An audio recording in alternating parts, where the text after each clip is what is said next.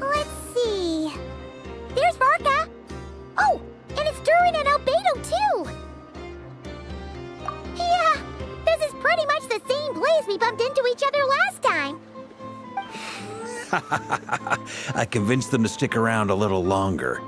We were all waiting on people, so I figured having a little company would help pass the time. Ah, so you've been waiting for us? Does this mean that you've already arranged things with the Fatui? Sure does. Now you're back, we can go meet up with them together. How'd your investigation at the Frost Moon Enclave go? Well, we didn't find out Columbina's true name. But apart from that, it went pretty well.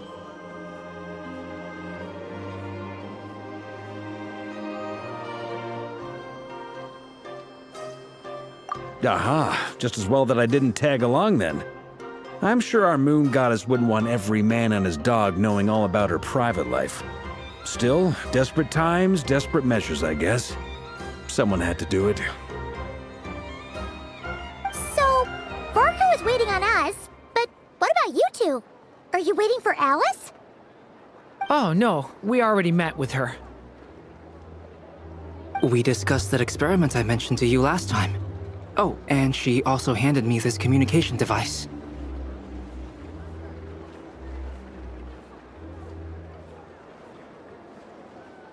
That's right. I understand she informed you about the relationship between the phantom phenomena and Tevat's borders, yes? She wants me to help her with some more experiments on that front. She said that she'll contact me through this device with more information. Ah, I see. Following instructions and making observations. Pretty common research method. Takes me right back to Albedo's. Wait, then who exactly are you meeting? Someone you know. Albedo's met him too. But I don't think Miss Lauma or the Grand Master have been introduced. Introductions are overrated, especially in cases like this. It's you! So? It's not like the Academia has prohibitions against going abroad. Also, I applied for leave. I've been writing to Hat Guy since obtaining a human form. I've already brought him up to speed on everything that's been going on in Nodcry. Hat guy?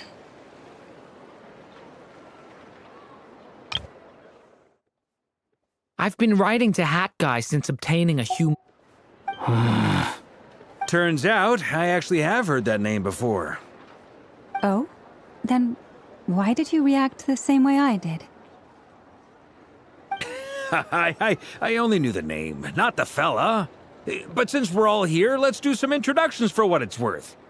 I'm Varka, Grand Master of the Knights of Favonius. Lauma, Moon Chanter of the Frost Moon Scions.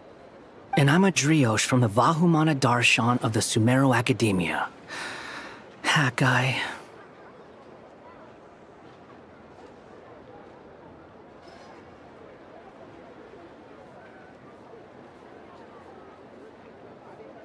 Good to see you again, Mr. Guy.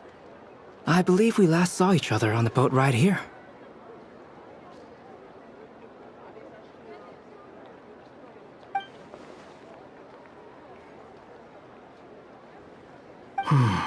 Mind you, the only reason I came here is because there's someone I want to look into.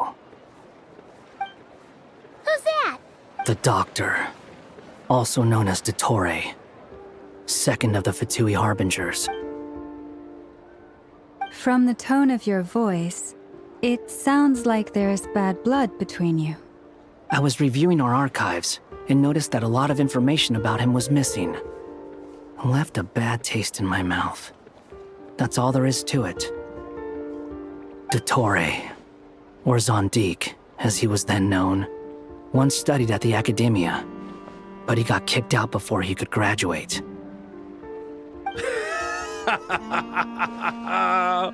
So the Harbinger's #2 man is a college dropout? How embarrassing for them. Last we heard, he was planning something. We actually heard that a few times before, even coming to Notcry. But we haven't seen a trace of him since we got here. He only appears when something interests him. For all we know, he might have left already. But the fact he did something here at all is worth noting. It'll fill a couple extra lines in his file. Why does it sound less like a file you're writing and more like a criminal record? Anyway, we were just about to meet two of the other Harbingers. Want to come along? Sure.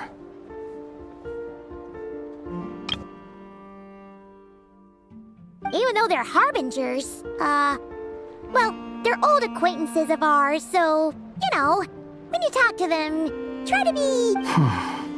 I got it. The Frost Moon Scion's relations with the Fatui remain tense. Forgive me if I do not attend.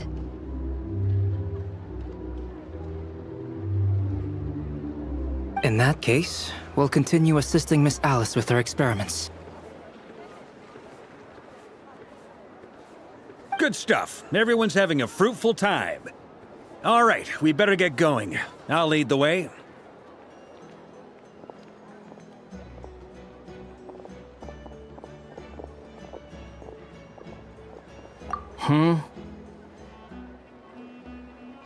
Well, yeah, that's obviously part of it.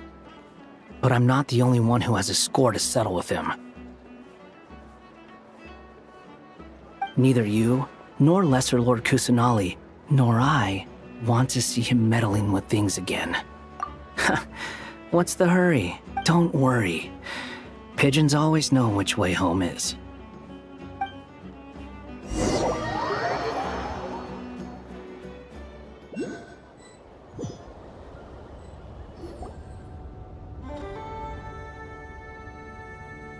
You made it. Who is this? A scholar from Sumeru. They call him Hat Guy. He's an old friend of the Travelers. Wait, this is the academia representative you wrote about? He doesn't exactly look the part. I believe this will prove my identity. You'll notice it bears the seal of the Sanctuary of Surasthana. Well, what do you know? So it does. All right then. My mistake. It's fine. I expected as much. What? So as I mentioned in my letter, the Academia's got its eyes on Dottore. But this matter remains top secret. Apart from those assisting in the investigation, the fewer people who know, the better.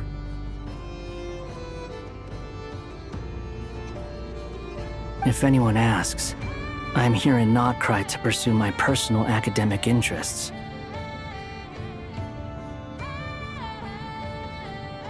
Gotta say, Varka, you did pretty well to keep all this under wraps for so long. Sounds like you got in touch with the Academia about this way back.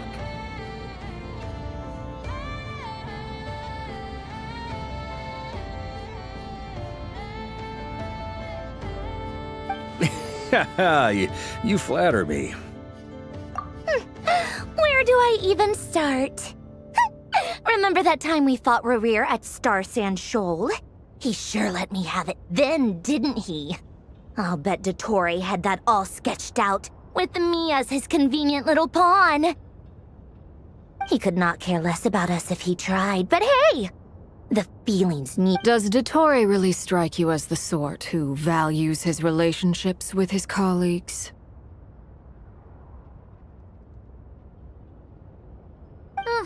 Fair point. Definitely not. Which is why I always keep my guard up whenever he starts making suspicious moves. To that extent, our motivations align. On top of which, I consider you trustworthy people. Now, back on topic. In the wake of the Reikir of Solnari episode, Sandrone and I grew suspicious about Dottore's complete inaction during the entire affair.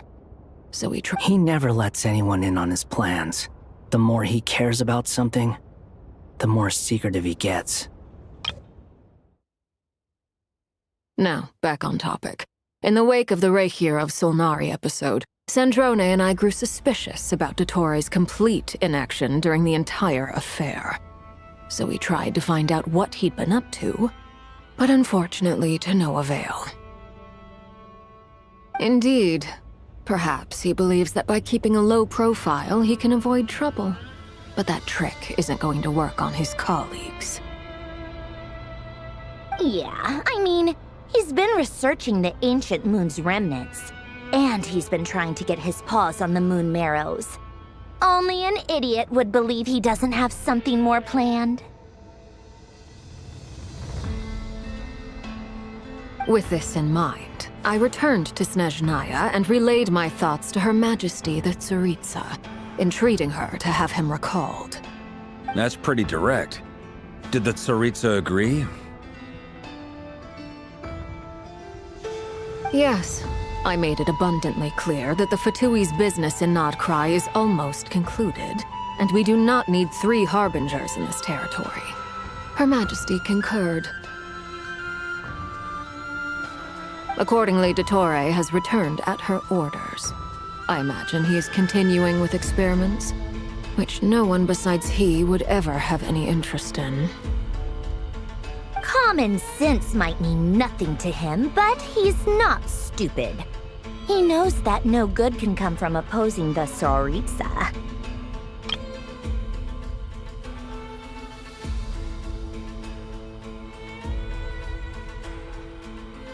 Smarts alone won't get him all the way. He needs the Rooster's resources and Regrator's Mora, both of which the Tsaritsa can strip from him by waggling a finger. But doesn't he have a track record of publicly following orders while going against them in private? He probably has it down to a fine art by now.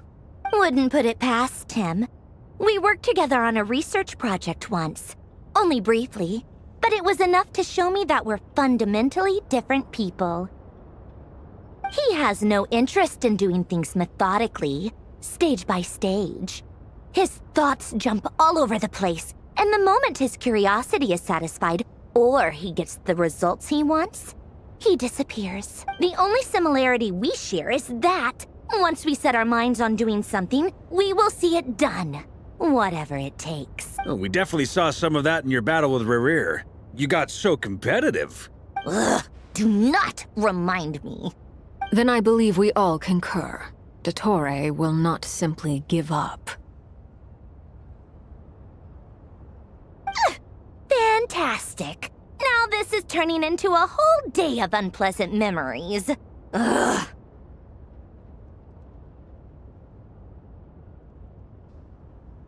Are you talking about the moon marrow stuff? He also strikes me as the kind of person to disregard experimental regulations, ruin all the equipment, and go way over budget. Then leave the first person he can find to deal with the fallout. Exactly. This one time, he was running some high-temperature experiment and the substance exploded. But does he care? No. He orders his subordinates to open the device so he can observe the results, which causes the gas inside to leak out. That gas was poisonous. If I hadn't been there, who knows how many people might have died. And after all that, he left while I was still cleaning up after his mess. What a waste of time, he said. A waste of time? The nerve! He wasted my time! That gas was poisonous. If I hadn't been there, who knows how many people might have died. And after all that, he left while I was still cleaning up after his mess. What a waste of time, he said. You've been bottling that up for a while, huh? Hat guy, I must say, you seem awfully familiar with internal Fatui affairs, especially when it comes to Dottore.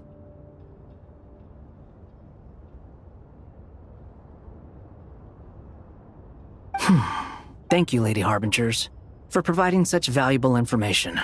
I have no other questions for now. so I'll be on my way. Wait, what? You're just gonna leave? You're welcome to join if you want. Ugh. Just when Paimon thought he'd finally mellowed out.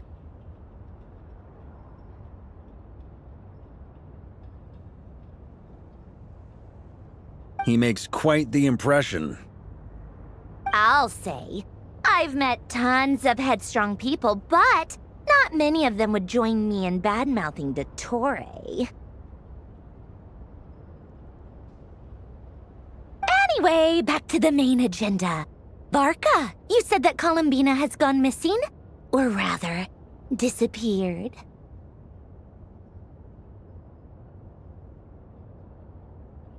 Yeah. We're working on building a connection between her and this world.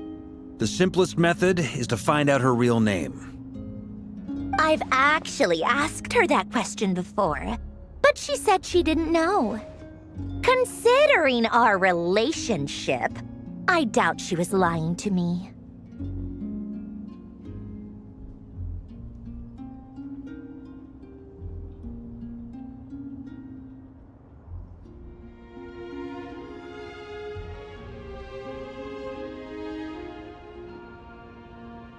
As far as I recall, she was never dispatched by Her Majesty to claim a gnosis or anything like that.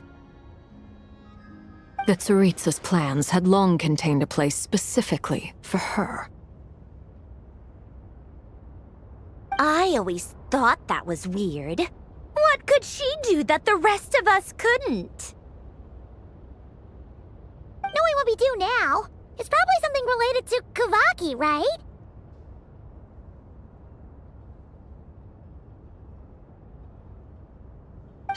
More than likely.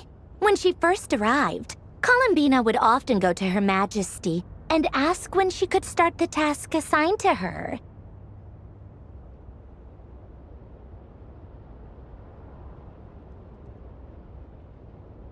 But Her Majesty always gave the same reply. The time has not yet come.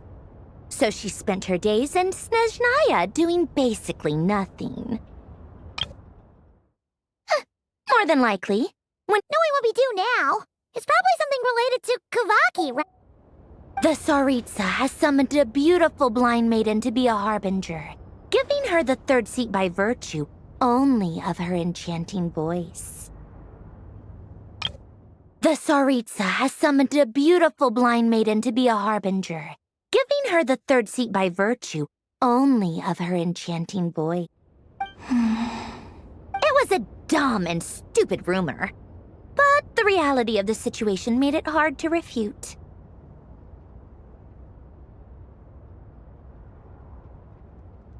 And what happened after that? I imagine she stopped caring. She no longer seemed to care why she had been recruited, and Her Majesty never gave her any missions, so she just continued to sing in the flower garden. For my part, I was busy. So busy, in fact, that watching someone be that idol had me fuming. But still, I got the sense that she had long been used to a life of other people claiming she was needed when she wasn't. I just felt that having a place to stay would cost me something eventually. And so I waited quietly for the day that I would have to pay the price. And on the other end of that spectrum, you had me. Someone once told me that I had the lousiest work and the toughest luck. That's a good way of putting it. I forget who said it, but those words have always stuck with me.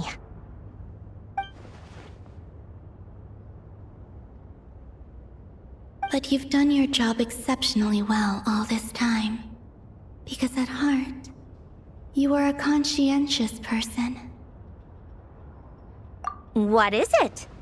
Something come to mind?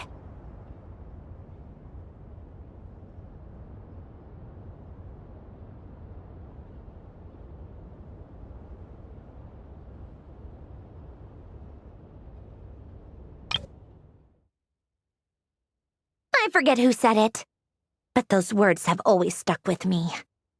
And on the other end of that spectrum, you had me. Someone once told me that But you've done your job exceptionally well all this time. Because at heart, you are a conscientious person.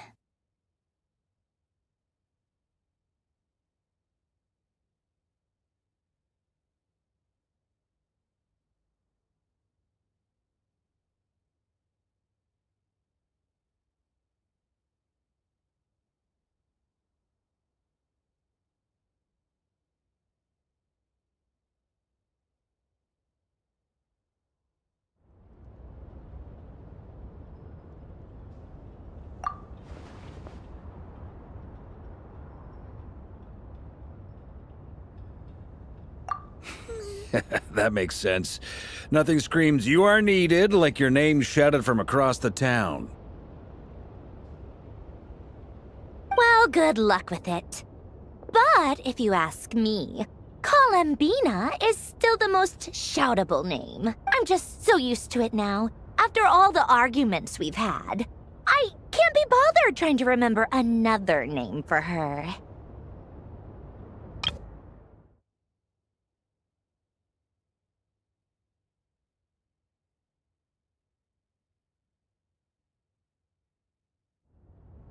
Nor I. Nor I. Sandrone. Harlequino.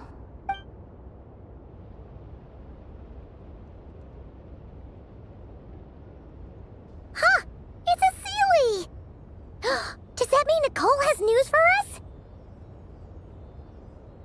Ladies, I thank you for your hospitality.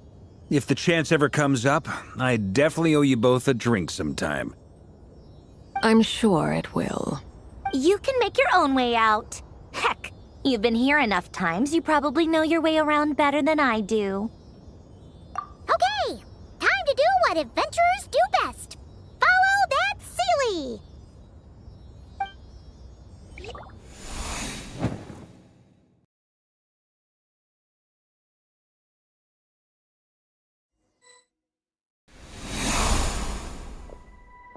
Here you are.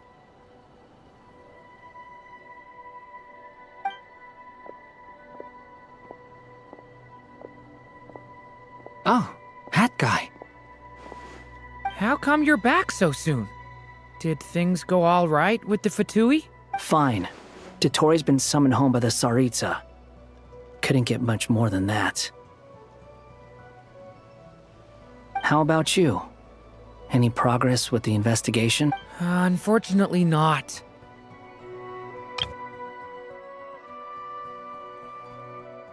We've tried everything. Different phantoms, different locations, different points in history. But the results were the same each time. Abyssal monsters roaming the land. People crying out in despair, with no hope of being rescued. Every time I see it, I can't help but think, is this what it was like in Mondstadt when Dragonspine Durin attacked?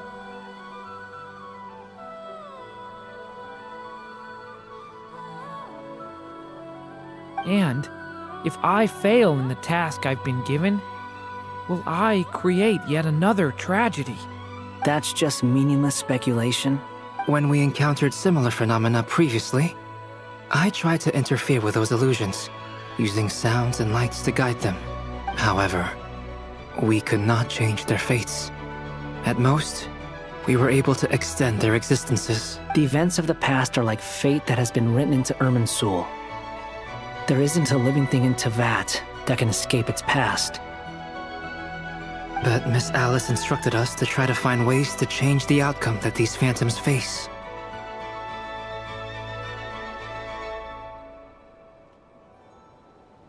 It's an impossible task. Can't you just refuse? Since she asked us to do this, I feel like it can't truly be impossible. Or if it is, well, mages can make the impossible possible. I could not have been born as Durin otherwise. But you also said that your past 39 attempts were fruitless. That's true. but you're still going. Yes.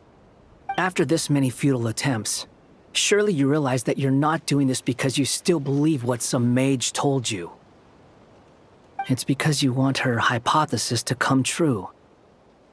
It's something you wish for deep inside. So, think for yourself about what you want to do. As long as you don't believe it's futile, it isn't. Yeah. Previous experience indicates that we cannot touch the phantoms, which limits the effectiveness of our interventions. If we want to clear this hurdle, we need to break this rule somehow. Same thought here. Following the same rules means repeating the same failures, reducing ourselves to mere playthings of fate.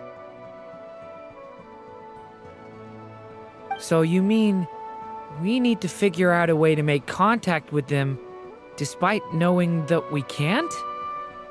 Yes, and I suspect that's something only you are capable of. Everything in Tevat is logged in Irminsul, but the withering that once occurred in Sumeru was a sign that the Great World Tree was being corrupted. This corruption allowed things that should not have existed in Tevat to appear. This is tantamount to rewriting reality to an extent. You're saying abyssal power might be able to affect those phantoms? No one's ever tried it before. If you're gonna try it, it'll take courage. And you have to be confident that you can control it. Is anyone there? Has anyone seen my daughter? She's missing. I have to find her. I hear someone inside. Spargana? Are you in there? Ah! If I can use my abyssal powers to warn him that there is danger here, maybe it'll change his decision. Maybe he'll stay away. Yes. The important thing is not the nature of the power, but rather how you use it. To intimidate and obstruct. Sounds about right for the Abyss. Let me try. I should be able to influence that thing. Have you seen a little girl? What? This isn't the time for that! Just run!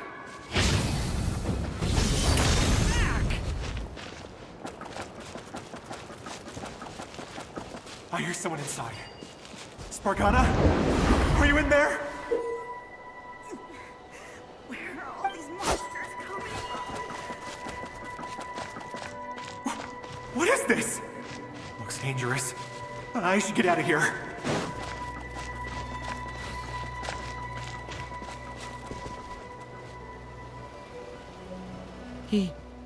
He really left. Ha! We did it! Don't celebrate too soon. Follow him. See what he does next. Monsters approaching from the front. You need to stop them and create an opportunity for him to hide.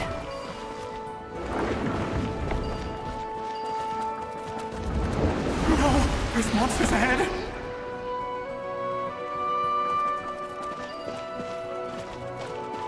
Wait, is that the barrier I saw earlier? Why is it appearing now? It's as if someone's controlling it.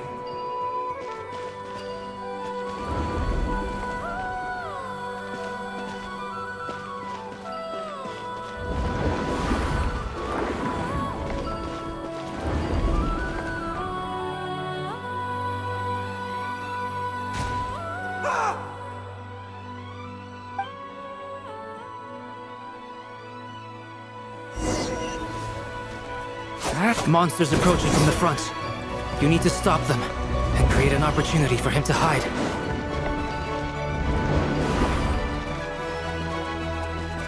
No!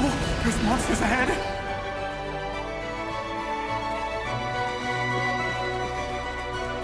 Wait, is that the barrier I saw earlier? Why is it appearing now?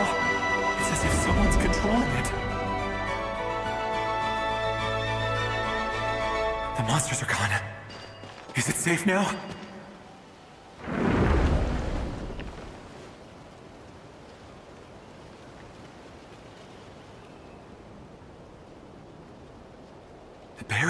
too. How odd. Anyway, I guess I'll keep going. Quickly, let's keep up.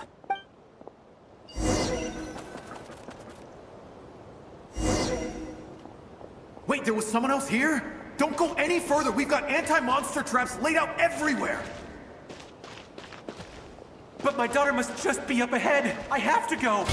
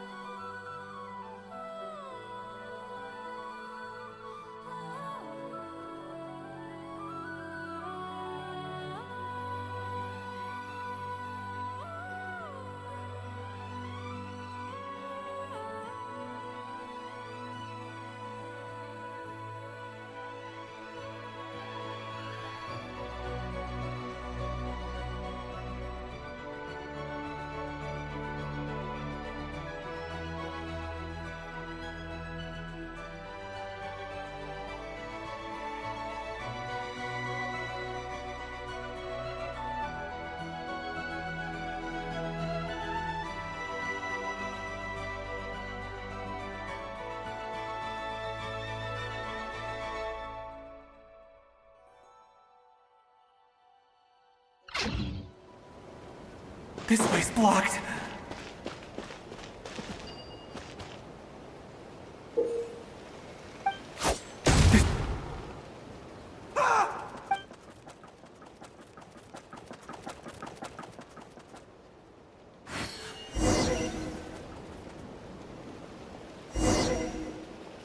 Wait, there was someone else here? Don't go any further. We've got anti-monster traps laid out everywhere. But my daughter must just be up ahead. I have to go. This way's blocked.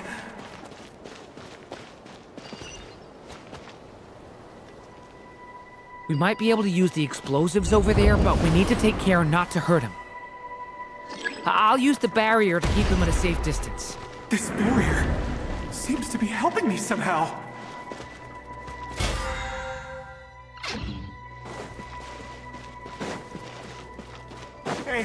Hey, wake up!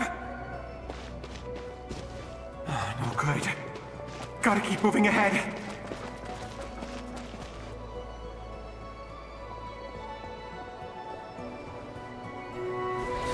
So many monsters! There's still a chance, Durin. Use the traps.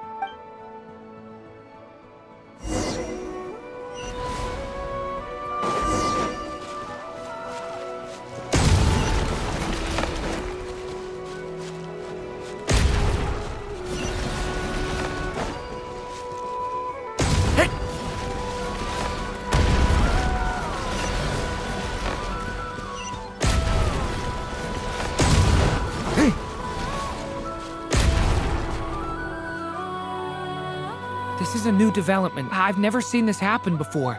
We might just be able to save this person.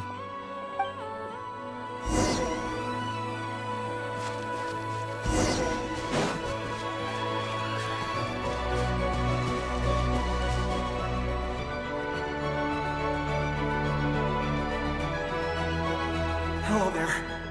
Have you seen my daughter? Spargana's her name. She's carrying a large backpack.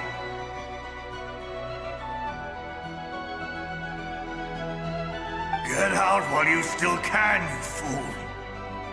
You won't find any survivors here. But I can't just leave her here. She must be so scared right now. Sorry. Wish I could help, but I haven't seen her. You'll just have to keep looking. Okay, thank you. If I do find her, I'll get her to shelter and come back for you. Don't bother. I've got nowhere left to go. What's that noise? Monster! No, if he goes inside, he'll be walking into a trap. Let's try this once more. This time, we have to...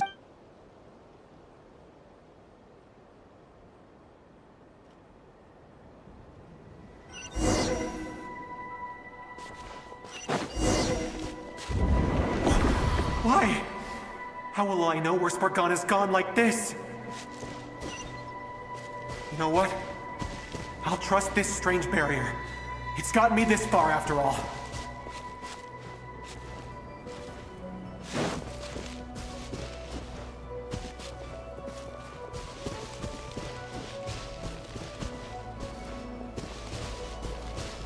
Spargana, are you there?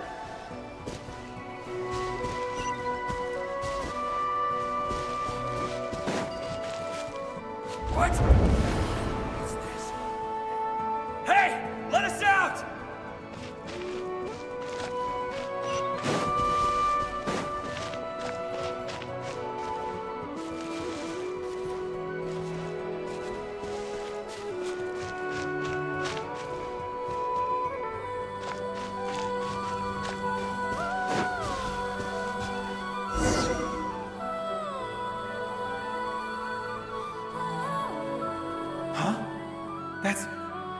That looks like one of my daughter's books! Thank you. Thank you! Yes, it's one of hers for sure. That's her name on it right there. She left her backpack here.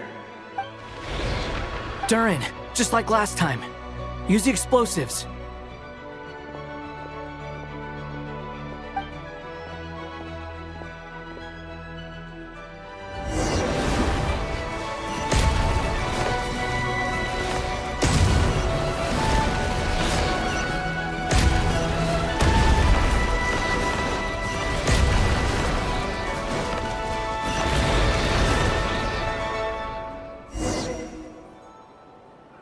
It won't work. There's not enough left. If he makes it in, he'll die. But then, this clue could be the key to him finding his daughter.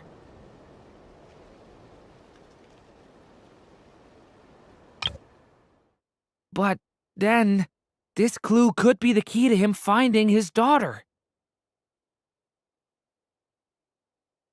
It might not be the only one. Better he misses that clue than loses his life.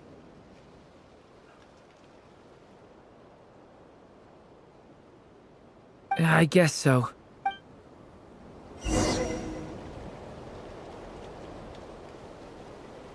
Stop him, Durin! We can't let him get any further in.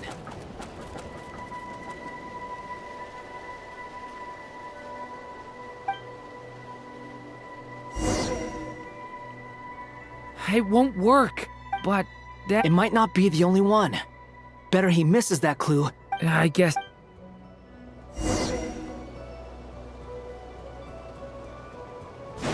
Stop him, Durin!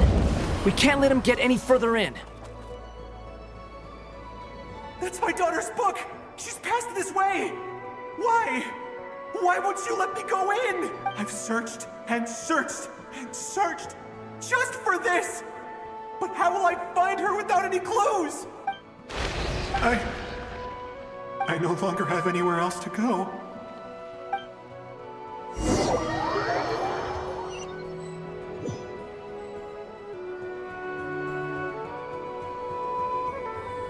I'm sorry. I'm so sorry.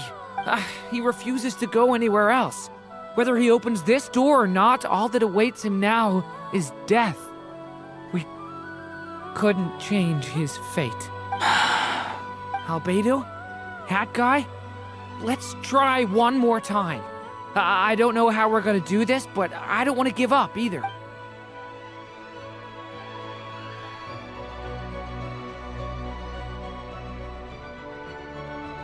Why am I here?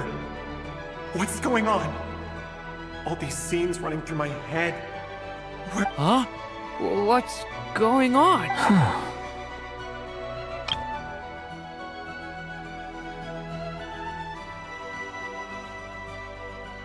His reactions have changed. How many times have I... What's happening to me? Huh? Wait. Who are you? You can see us now? I feel like I always could, but that I only just realized you were there. I'm sorry, I don't know how to describe what I'm feeling. But you were the ones guiding me using that marked barrier, right? I haven't done anything yet, but those monsters, those deaths, they feel like memories. Like things I really did experience. I won't find my daughter. In fact, I'll ultimately die trying to find her. Isn't that right? Well, no, it isn't. Yes, it is. Even so, we're trying to find a way out of this. You've not seen my daughter either, have you?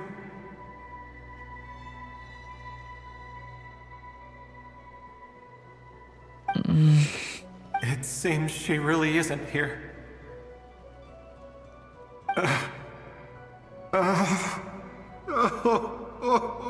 I'm sorry we couldn't help you. I'm just... tired. Maybe this is destiny. Maybe it doesn't matter how hard I search. How long do I have left? Experience says 15 to 20 minutes. 15 to 20. Thank you for all your help. Let's rest a while. You look exhausted too. Now's not the time for you to start pitying us.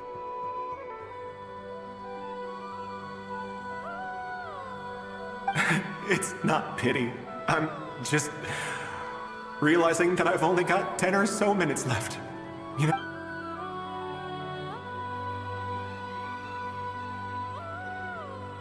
You say you're from Mondstadt, yes? A place with windmills, where people enjoy limitless freedom?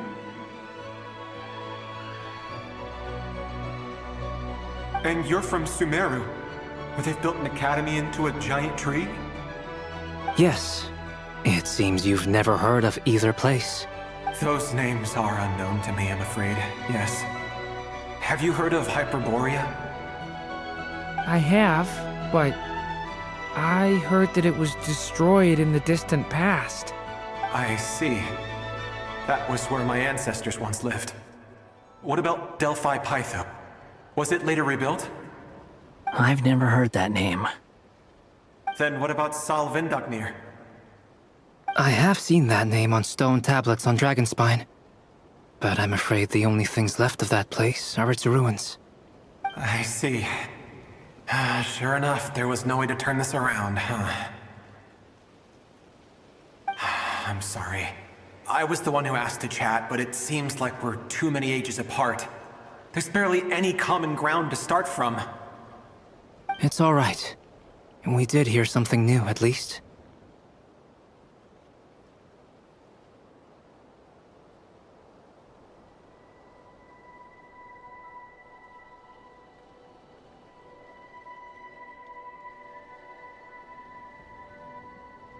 From how you speak of your lives, things must be going all right for you, I guess.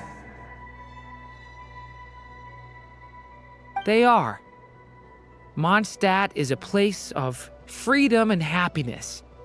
There's a lot of good people in the church and the Knights of Favonius, and even outsiders find that it's an easy place to feel at home. We have festivals a few times a year. Everyone gets together to drink, sing, and be merry. Sumeru is a lot more uptight. Not really the kind of place where you can relax. It's a nation fraught with problems wherever you look.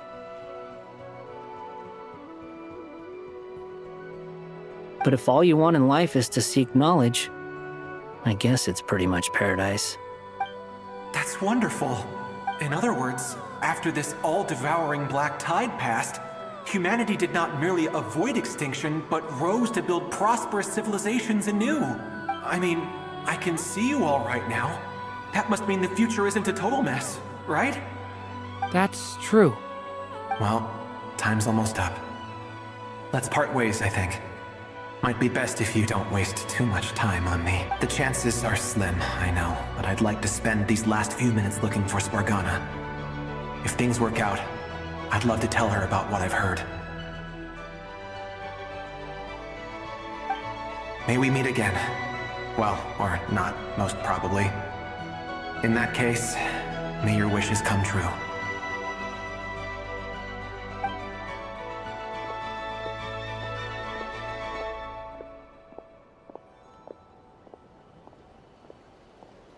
He's gone.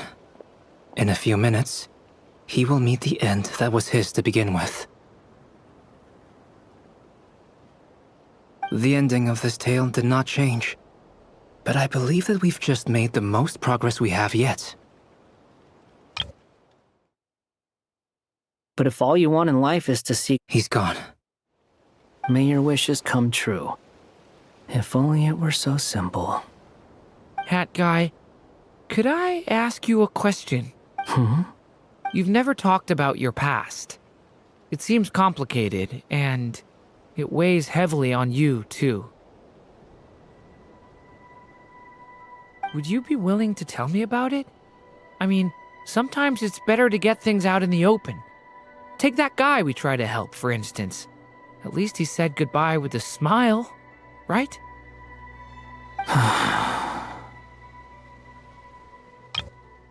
Would you be willing to tell me about it? I mean, sometimes it's better to get things out in the open. Take that guy we try to help, for instance. At least he said goodbye with a smile, right? I know about Albedo's past. Our experiences are very similar, and he created me. As for you, you're my first friend, and you've witnessed every step I've taken. But by comparison, I know nothing about you. Either way, I mean, we're still best friends. But if I knew more about you, I might understand your thoughts a bit better. I've told you about myself. I'm a student at the academia. And what did you do before that? Prepared for the entrance exam? All right. If you really don't want to talk about it, I won't press you any further. I was a puppet built from the branches of a white tree, using technology left behind by the Conrian schools of mechanical engineering.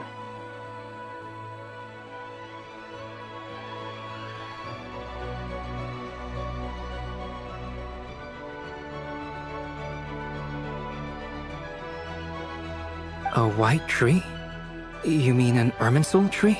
Yes, a branch of Irminsul that was once connected to the main tree. So you had a human creator too? Yeah, but my creator abandoned me after deciding that I was a failure. After that,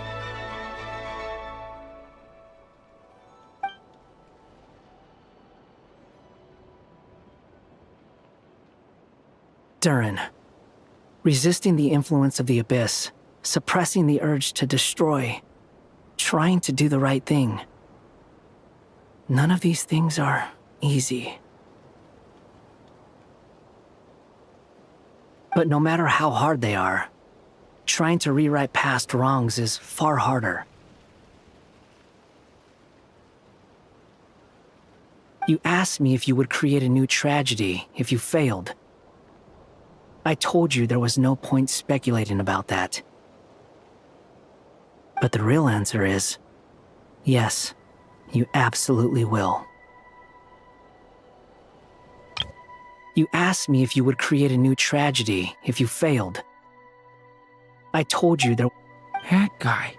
But at least you've got people here to help steer you away from the wrong path. So, just keep aiming towards the light. I will. I promise. All right, break time's over.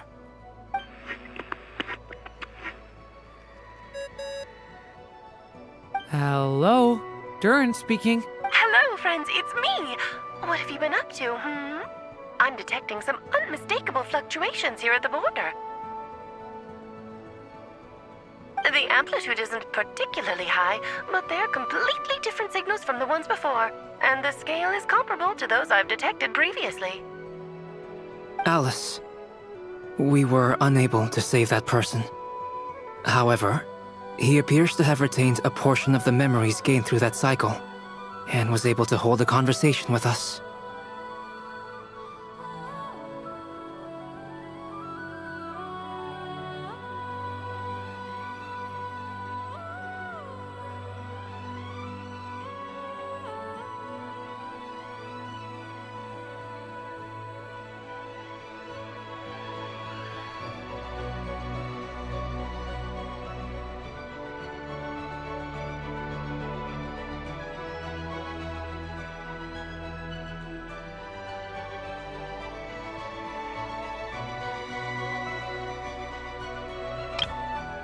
The amplitude isn't particularly high, but they're completely different signals from the ones before, and the scale is comparable to those I've detected previously. Alice, we were unable to save that person. However, he appears to have retained a portion of the memories gained through that cycle, and was able to hold a conversation with us. I see. Well, that is rather odd indeed. It definitely merits further attention. Could I trouble you to keep trying the same approach? I need to gather some more data. Counting on you. I should probably have Nicole come and check this out as well.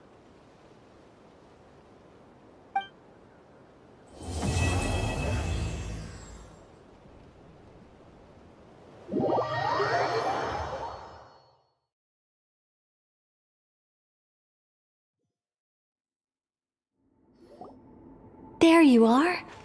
I was worried you might stop to collect treasure chests opened by the Seelie along the way. It would have taken you so much longer to get here. Another conversation I cannot hear. I am delighted to see that you understand what takes priority, and that your adventurer's instinct has not swayed your resolve. Really, I must applaud you for it. You should know. Paimon's head. Okay, I'll try and keep it short. My senses are telling me that this is where we shall find the entrance to the ruins. Oh, cool! Well, what are we waiting for? Let's open it up and see! Patience. This was a sanctuary of great importance to the Hyperboreans. A special process is required to open the gate. Oh! Like the place that housed the Eternal Moon's Marrow?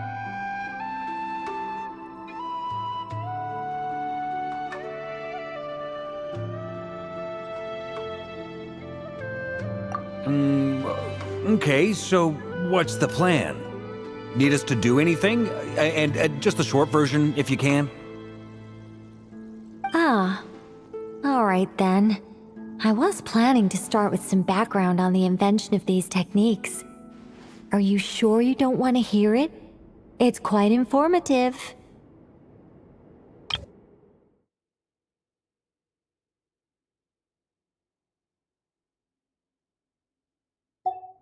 Remember what you were saying about priorities? Fine. Simply put, we need 3 human representatives to successfully undergo a process of Kuvaki resonance.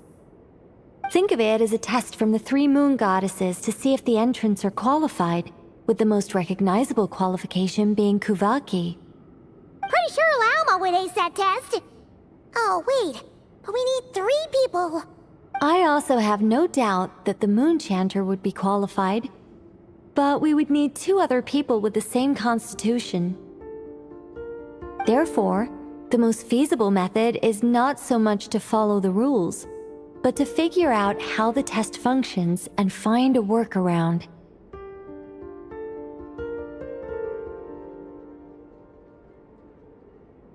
I've done some research, and it turns out the mechanism is rather crude. We'll simply need humans to stand before it who have sufficient Kuvaki energy within them. I'm with you so far. How do we get the Kuvaki in them?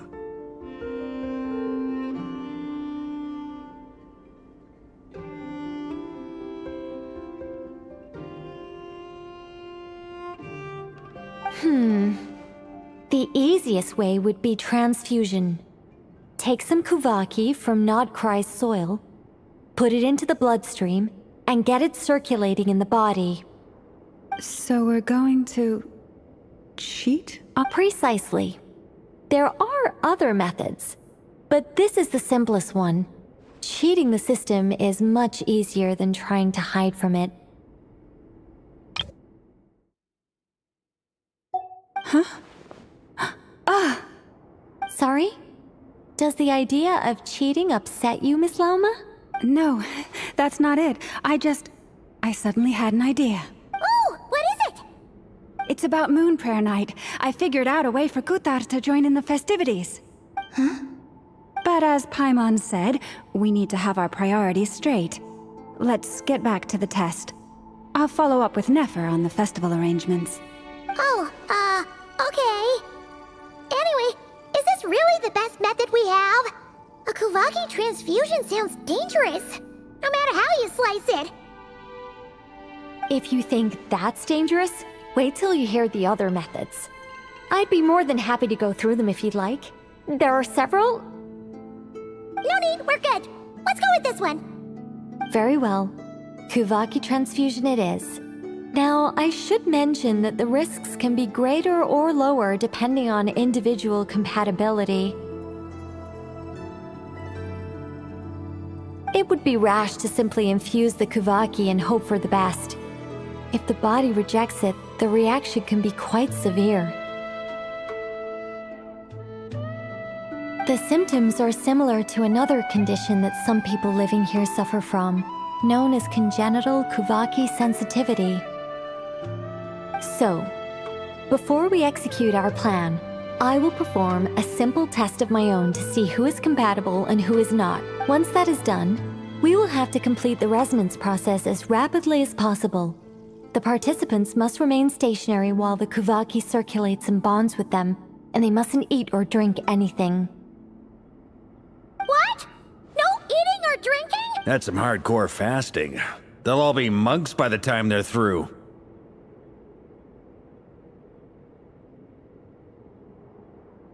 "3 days. Oh, that's so long! And we still need to find 2 more people who are not just compatible, but also willing to volunteer. Fasting? What are they talking about? Really? Don't you want to think this through? Haha, count me in too. 3 days without food? I can handle that. Miss Nicole has made it clear that this is the easiest way. The way I see it, there's nothing else to discuss. It's time to step up. Yeah, you're right. In that case, Paimon volunteers to be captain of logistics. She'll keep the fires lit and grab some spare clothes to keep you comfortable. Then we'll start with you first, Traveler. Please step forward.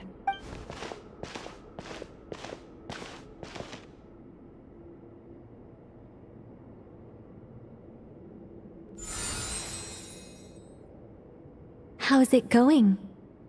Do you feel anything? How about now?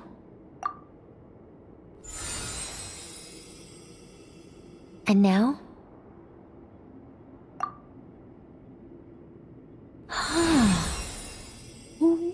What about now?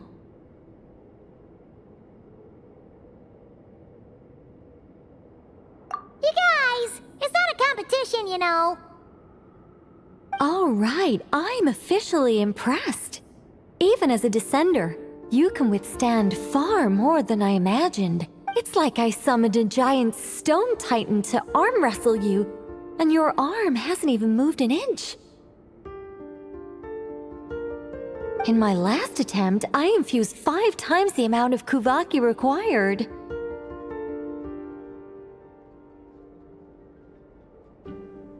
Yes, safe to say, compatibility won't be an issue for you. You're eligible to join. You're next, Mr. Varka. Sure, you're... All right. I'll start where we left off. 5 times the required Kuvaki dose. Sure, here goes nothing. Whoa, whoa, whoa, hey, wait a minute. How's it going? Ooh, no, not great. I kinda wanna puke. Feels like I've been drinking too much. A few bottles of wine, then a big stein of Dark Horse. Some hard liquor from Liyue mixed in. You think this is funny? I just lost to a young lady in an arm wrestling contest. I'm never gonna live that down. My apologies. I'll lower the concentration and try again. Oh. How's it going now? I'm not as dizzy as last time, but I can still feel it pulsing around. In that case, you wouldn't be an ideal choice, Mr. Varka. Let's try someone else. Okay. Let's go ask some of our other friends.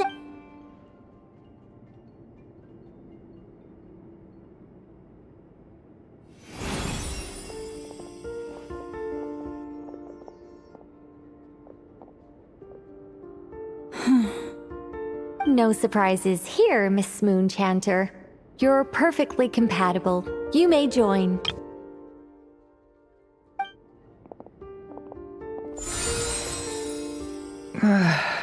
I'm getting a slight headache. Shame. You were so close. Whoa! I'm itching all over! Allergic reaction. We can't have that. Huh? Well, are you gonna start or what? The Hexenzirkel is an organization that cares for and protects children. We will not have them do dangerous things. Not even tests.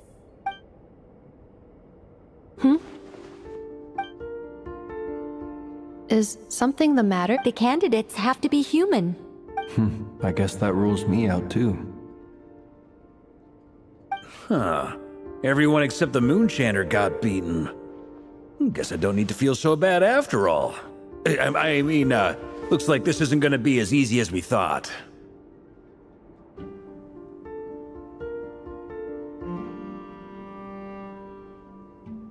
Perhaps I could ask for volunteers among the Frost Moon Scions.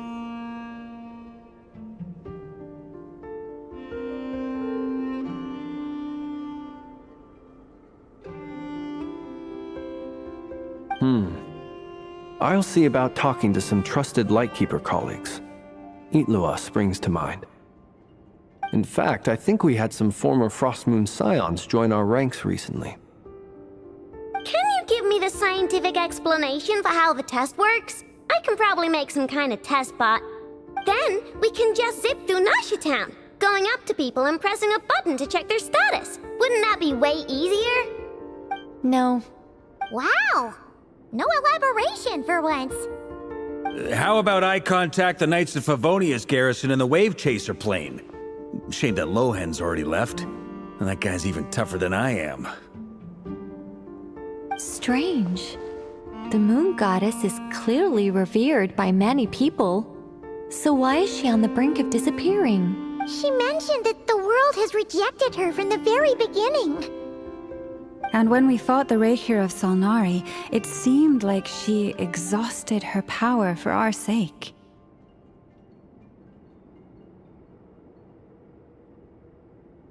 Also, Paimon's not sure revered is the right word for how people feel about her. Gratitude, certainly. For my part, anyway. It's basic reciprocity. She helped us, so she deserves our help in return. Yeah. Even though she looked like she didn't care. A review of the relevant data leads me to conclude. Yeah. Even though she looked like she didn't care, she still saved a ton of people, including me. A review of the relevant data leads me to conclude that Miss Columbina is a good person. Yep, You bet! They really think so? I'm super surprised that Columbina isn't her actual name, though. I think it really suits her. It's light and graceful and... yeah, just a really pretty name. I know, right? Unfortunately, that's not our decision to make. Columbina. That was the code name the Fatui gave me. But it also came up in the song I heard when I was born. But... is that really all there is to it? What do I truly think of my own name? Is there anyone left who will still call me by that name?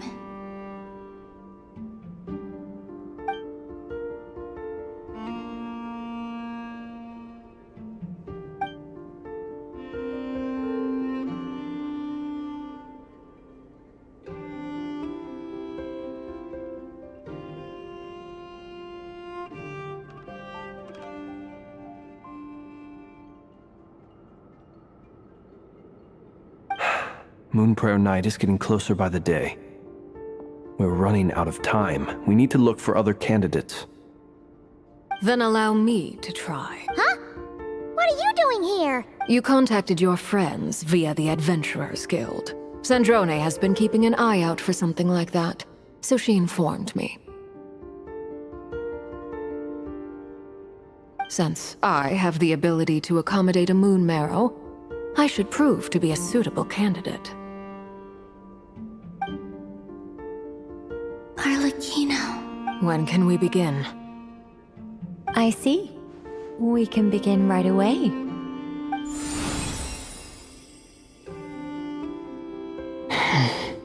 How was it? Did you feel any discomfort? Not at all. Then it seems we shan't need to look for additional candidates after all.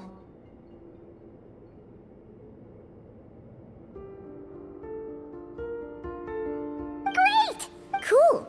Alright, like Paimon said, the rest of us can take turns making sure the three of them stay warm and comfy.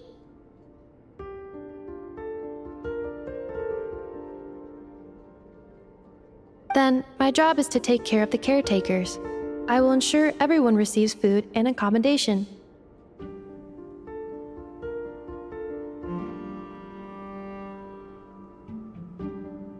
I'm ready as well.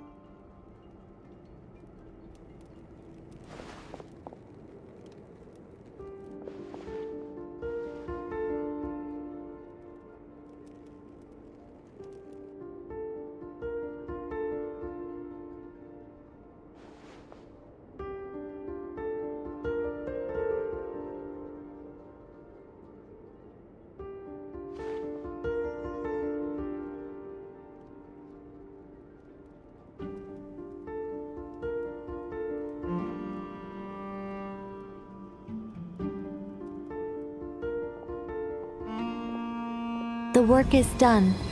The sacred scroll shut. The stars grow dim, the people silent. The white sun sets, the silver moon rises. O path to the temple, appear now before us.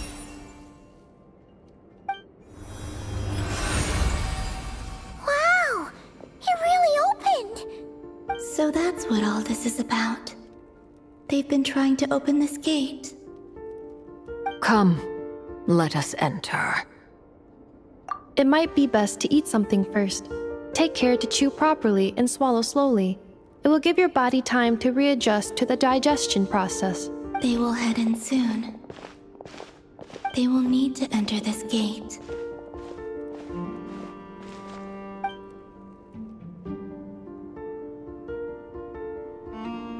Huh? I cannot pass through. Is it because I have no physical body?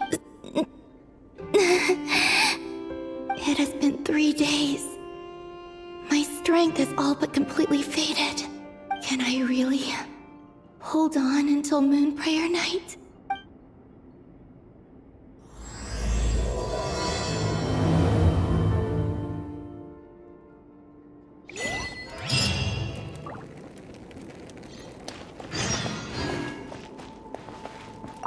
I have confirmed that you are all in good health.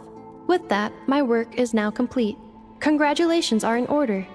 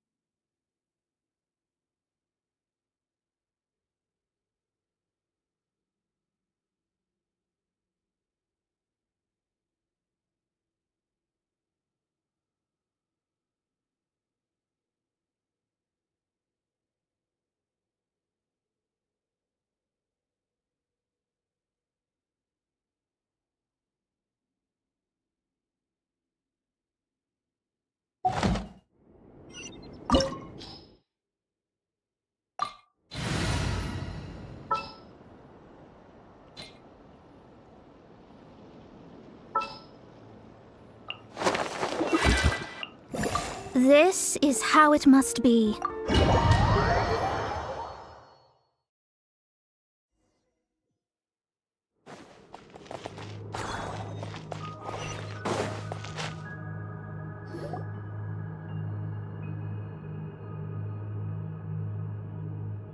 Are these people... Judging by their clothes, they appear to be phantom Hyperboreans from the distant past. That could mean they have some clues about the moon goddess's name, right?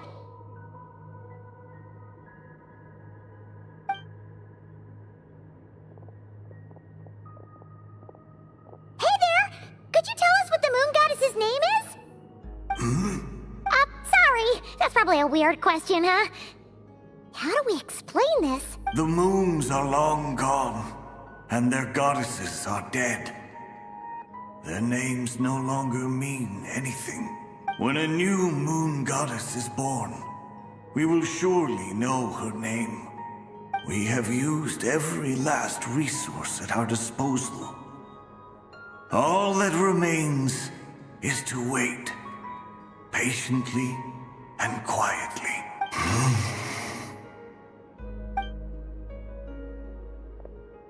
Were the people of the past all this devout? It looks like this phantom doesn't intend to converse with us any further. Surely the new moon goddess he speaks of must be Columbina. Alas, Kuthar's birth came long after the age in which he lived.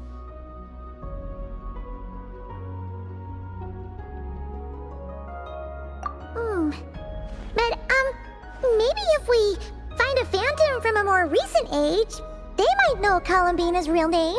True. Keep an eye out. We should be able to tell which era they're from by the clothes they wear. Yeah! You've been pretty talkative this whole time.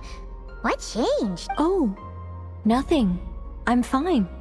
You all make good points. When the Hyperboreans speak of moon goddesses, they mean the three from truly ancient times. I can't imagine they would know anything about our current moon goddess. There once was a time when the moon goddesses blessed them greatly and protected them from harm.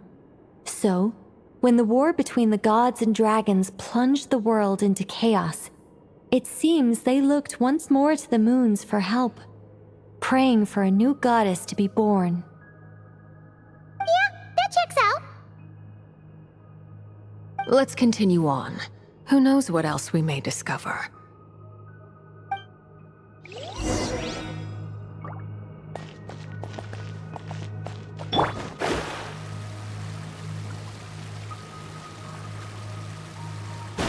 There's a door blocking this path. Not a problem. Try this. Whoa! How did that door suddenly collapse? This device was maintaining the door's integrity. Is this our destination? Impressive. More precisely, this is a device that will help us reach our destination. Let's go. We still have a long distance to cover.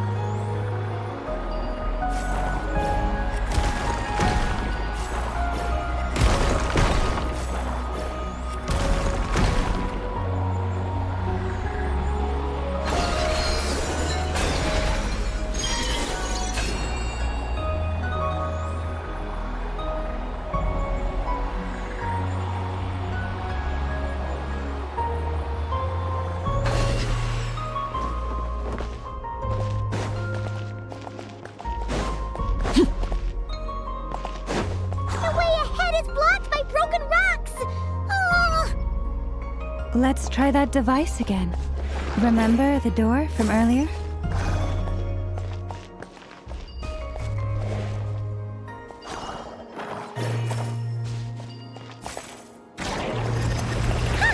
So it works in reverse, too! The humans we see are all phantoms, but the monsters are real. What a fascinating place. There'll be plenty of time to admire it later!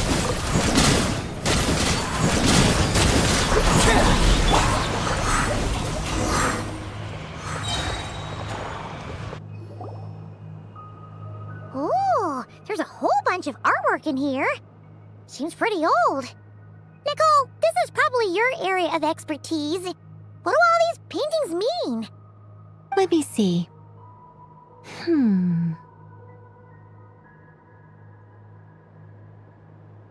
To understand these murals requires some knowledge of the history surrounding the War of Funerary Flame. I shared a little of this with Lauma before.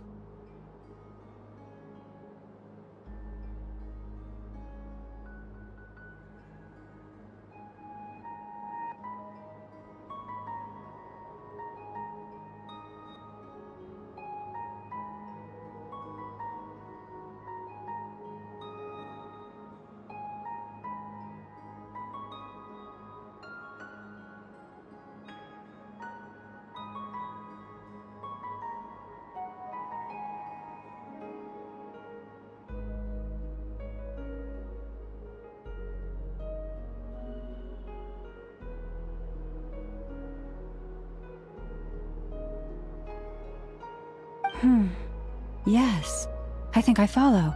The dispute between the Moon Sisters, the transformation by Nibelung. Oh no, it's no trouble. I'd be delighted to share the tale again. Alright then. Tevat's 3 moons and their goddesses were brought into being by the will of Nibelung, the then ruler of Tevat.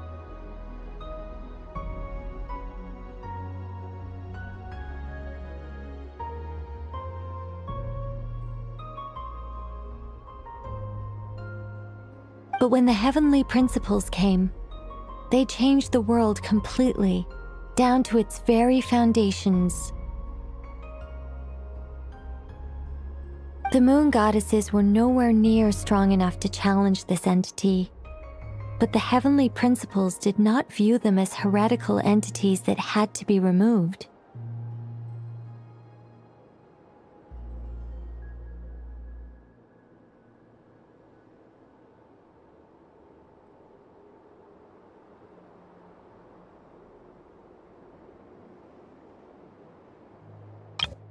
The moon goddesses were nowhere near strong enough to challenge this entity, but the heavenly principles did not view them as heretical entities that had to be removed. Essentially, the 3 moons existed to keep this planet alive and operational, which did not directly conflict with the heavenly principles' aims. Nevertheless, the inherent precariousness of this arrangement would soon be revealed. Nibelung returned, yes. He did, and thus began the War of Funerary Flame, a battle for dominance between Nibelung and the heavenly principles. The moon goddesses were nowhere near strong enough to challenge this entity, but the heavenly principles did not view them as heretical entities that had to be removed. Essentially, the 3 moons existed to keep this planet alive and operational, which did not directly conflict with the heavenly principles' aims. Nevertheless, the inherent precariousness of this arrangement would soon be revealed. Nibelung returned. He did, and thus began the War of Funerary Flame, a battle for dominance between Nibelung and the heavenly principles. Discord would soon emerge between the 3 moon sisters. One would voice the opinion that they should follow Nibelung, for it was he who first hung the moons in the sky.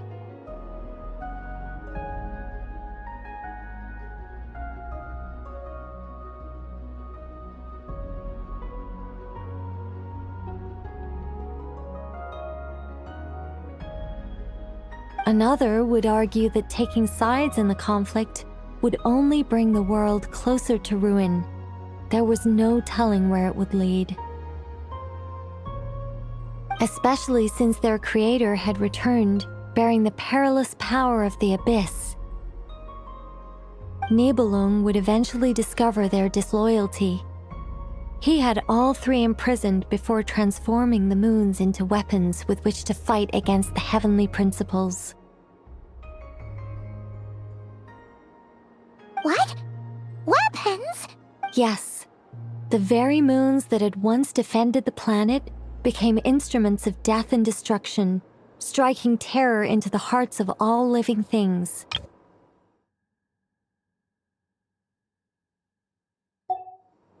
And although the heavenly principles and the 3 moon sisters had once been at peace, it now seemed that the moons posed an unacceptable threat to Teyvat.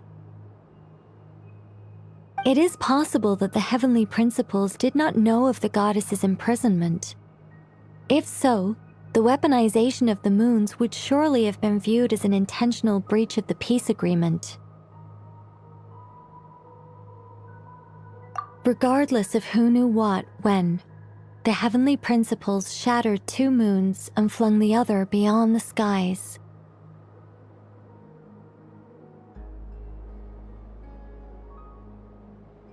Whether the goddesses managed to escape Nibelung's captivity after his fall, nobody knows.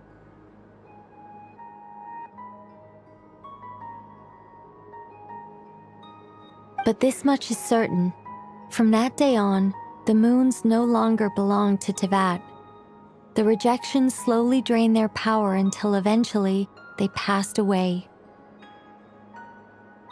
So that's the full story. You say the moon ceased belonging to Teyvat from then on. Why then would Columbina be born here?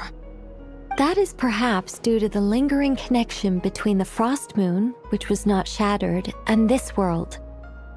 You could see it as the 3 sisters' dying wish. You say the moon ceased belonging to Teyvat from then on. Why then would Columbina be born here? They never desired war. All they ever wished for was to protect this land. I see. If the final fate of the three goddesses is as you say, then Columbina faces the same grave danger.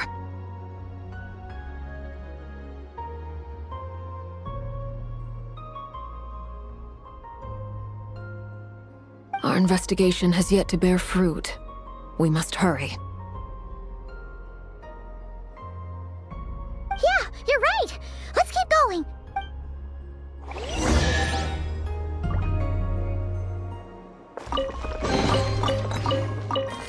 Time to go.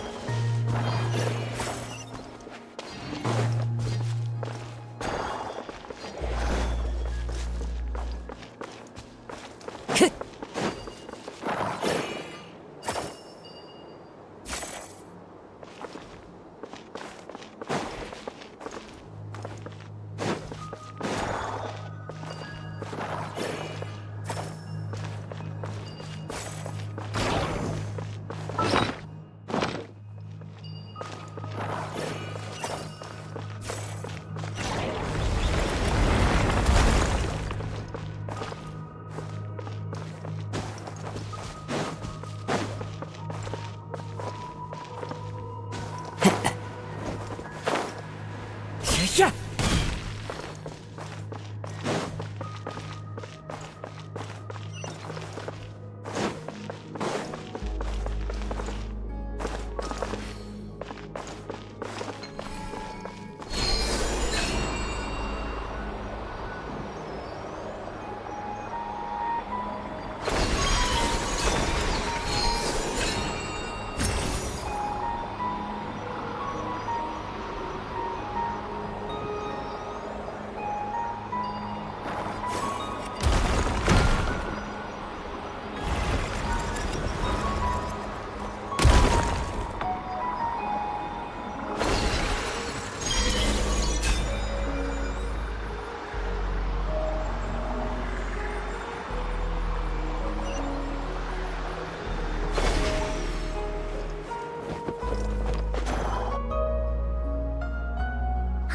We're finally here! Guessing we'll need to activate this thing? Indeed. I was a little worried about that at first, but as we got closer, I sensed that the Kuvaki within it flows unimpeded. It should be functioning normally.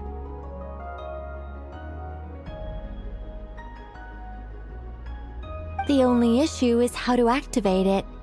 It's looking a little worse for wear.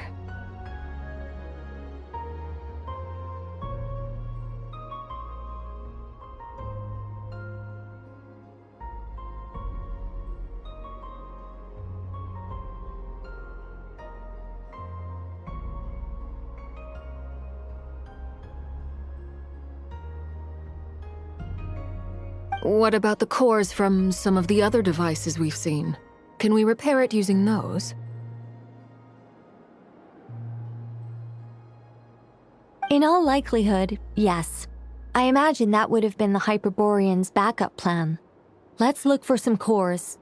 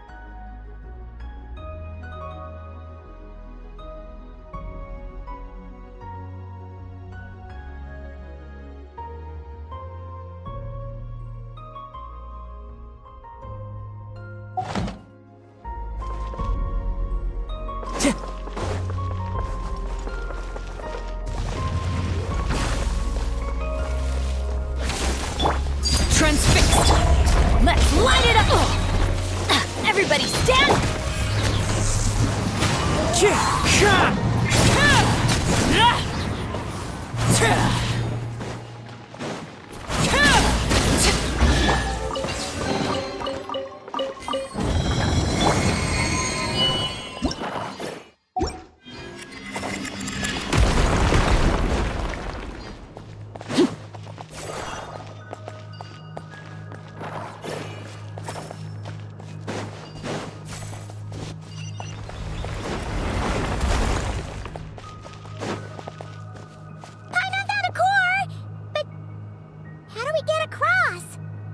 Walk up, then jump down.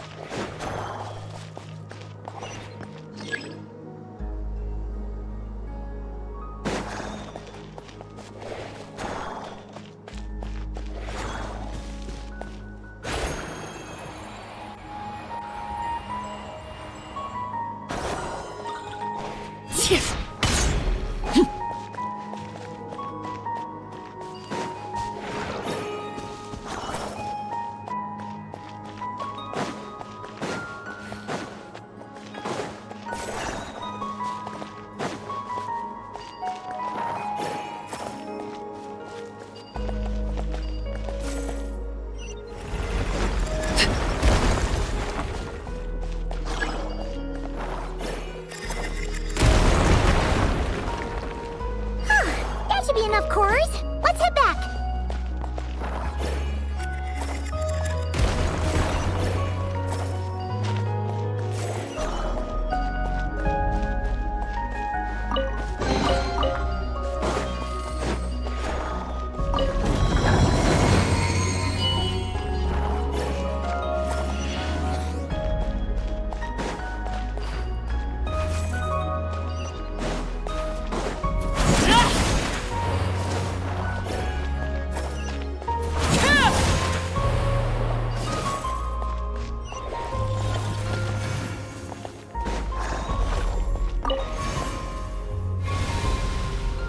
The device is up and running. It's hard to believe that the ancients were capable of constructing such things. Paimon sees our destination! It's right up ahead! Yes, let's go.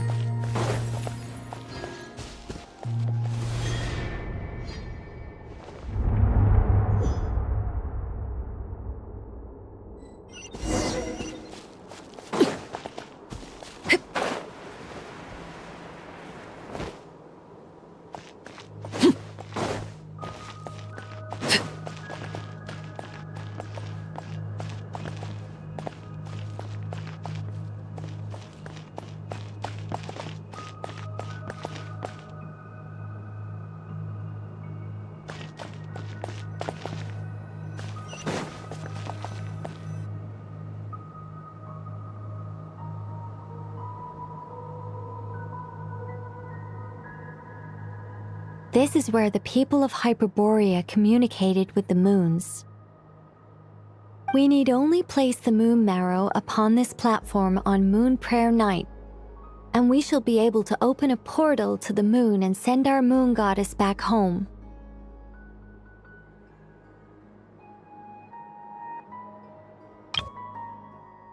This is where the people of Hyperborea We need only place the moon marrow upon this platform on Moon Prayer Night, and we shall be able to open a portal to the moon and send our moon goddess back, the assumption being, of course, that we can find her first. That's right. You want to know if it's safe there, don't you?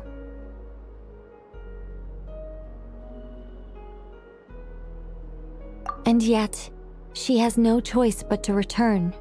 You know this. Oh, that's not the only issue here. This is the end of the line, right? We've explored everything we can. And despite looking at historical artwork and talking to people from Hyperborean times, we're still no closer to learning Columbina's name.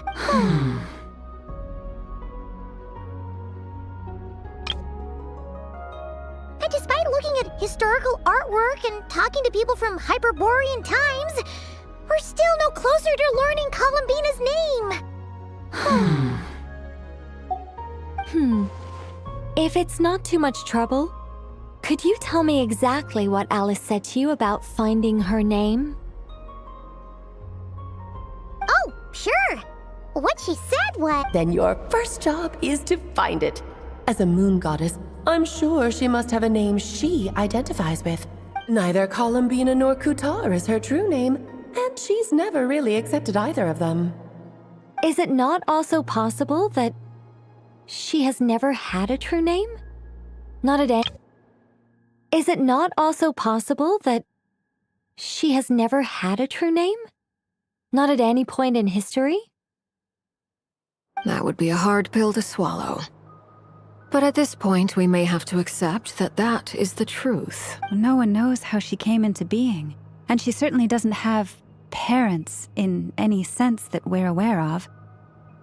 Perhaps she was never granted a name at all. But does that mean there's no way to get Columbina back? She's just gonna disappear and there's nothing we can do about it? Huh? Wait, why all this pessimism? Was it the way I phrased this question? You all seem to be taking this in completely the wrong way. Well, just because she's never had a real name in the past doesn't mean she can't have one now. What? Think about what Alice said again. She never once said that you'd have to find a new name, did she? Are you saying what I think you're saying? Yes. Names are anchors that connect us to the world. If she doesn't have one already, then all we have to do is create one, no? It's like... yes. Traveler, when you first arrived in Teyvat, do you think you would have turned around if someone behind you shouted, "Hey, Tumaini"? But what about now? I understand what you mean. Life is a long journey. Even the friends and family by our side can change over time. When people call you by different names, what matters isn't so much the words themselves, but what they symbolize. And of course, whether that resonates with you.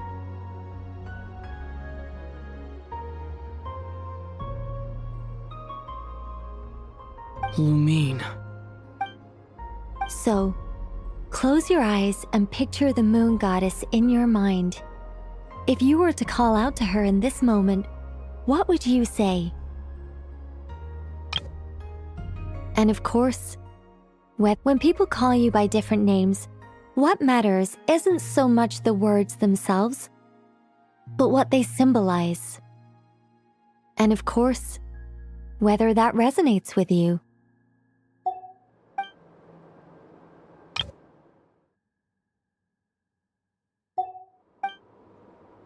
Columbina. Columbina. Paimon would call her Columbina too. She has long forsaken everything that Kutar represents. I think from now on I should call her Columbina too. Well, it sounds to me like you found your answer. Are you sure? Is it really that simple? We haven't found her this whole time, and not for lack of trying. For a journey like this, the process is every bit as important as the outcome. Had you not searched far and wide, rejecting every other answer you were offered, how could you have come to an answer you felt was finally correct? Oh, it all makes sense now. This has Alice's fingerprints all over it. Are you suggesting that Mage knew from the start that Columbina never had a real name to begin with? I can't say for sure, but I can definitely imagine her chuckling in satisfaction somewhere right now, saying, "Ah, what fun." Well,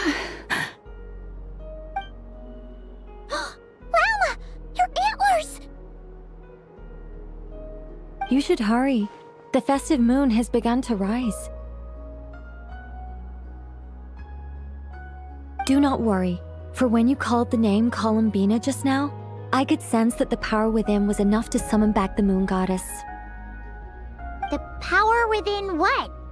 The name? Yes. So, the thing is... What's wrong now? The power... Yes. So, the thing is...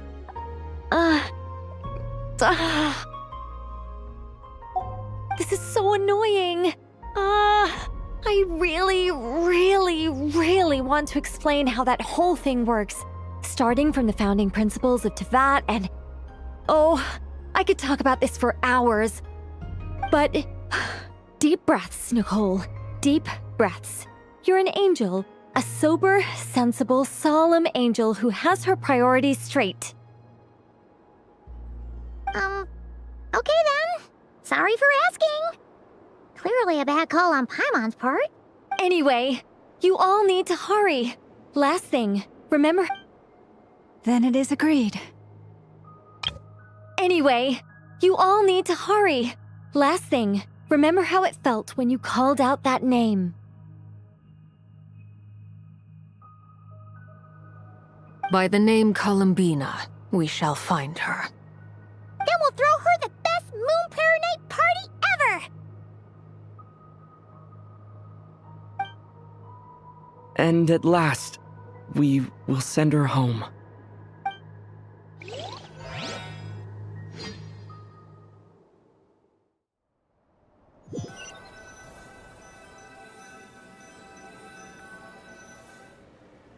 I can barely move anymore.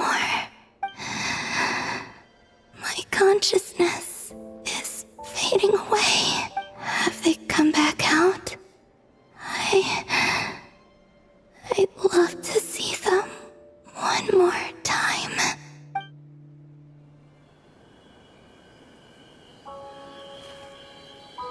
They didn't make it.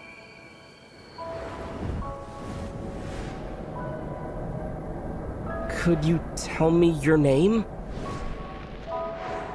My name is... Columbina!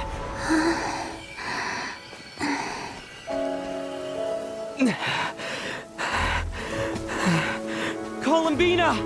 Are you here? Columbina! That's the name you gave when we first met. And it's what I've called you ever since. Columbina. It's a fine name. I have many fond memories of Columbina, and so do all of your friends.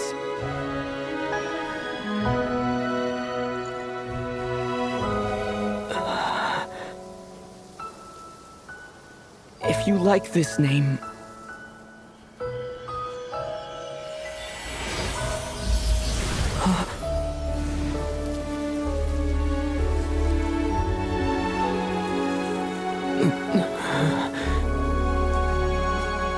Looking for me?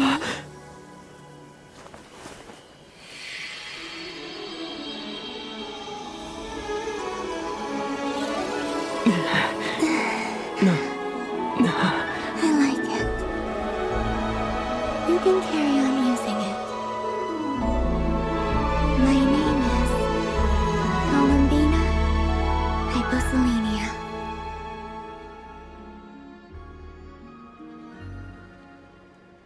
Columbina Hyposelenia. That's a wonderful name. I never thought that Columbina would become my real name. But after I met you and my other friends, the things that this name stood for slowly began to change. It went from being a Fatui code name to something my friends call me.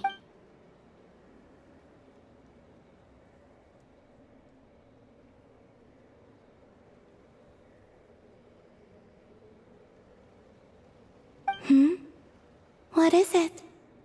Why aren't you saying anything? I'm just so happy for you. Thank you.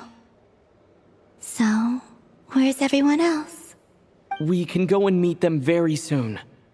Everyone went to different places to try calling your name. Great. I'd like to thank them as well. Everyone's done so much for me. Searching for my name, entering those ancient ruins.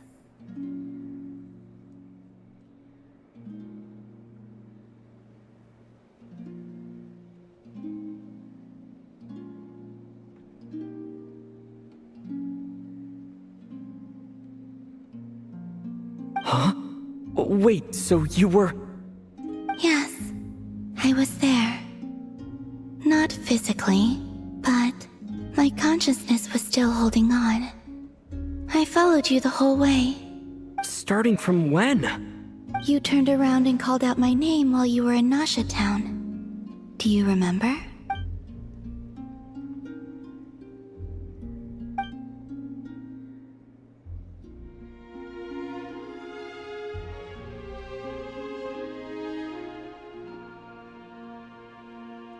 Let's go. We don't want to keep them waiting. Sure. In that case, come with me. But... Hmm?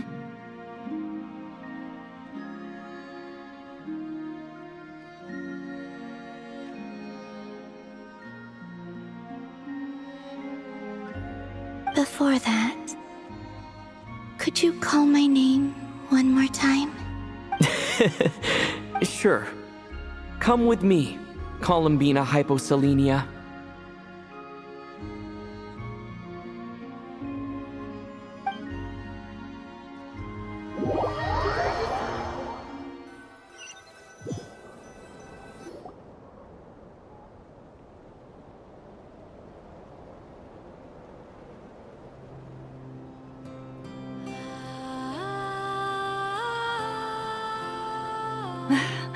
Columbina! Oh, this truly is wonderful. Llama! I can't breathe. Ha ha! Just in time for Moon Prayer Night. It's good to have you back, Miss Columbina. Yeah, we were worried sick. Thank you, my friends. With your help, I now have a name that belongs to me. Columbina Hyposelenia.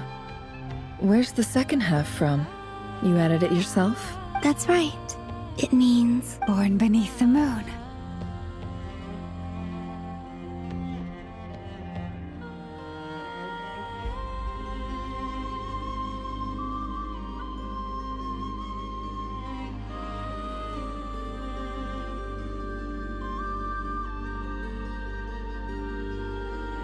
Yes, and by extension, it can also mean born beneath this world. A fine name.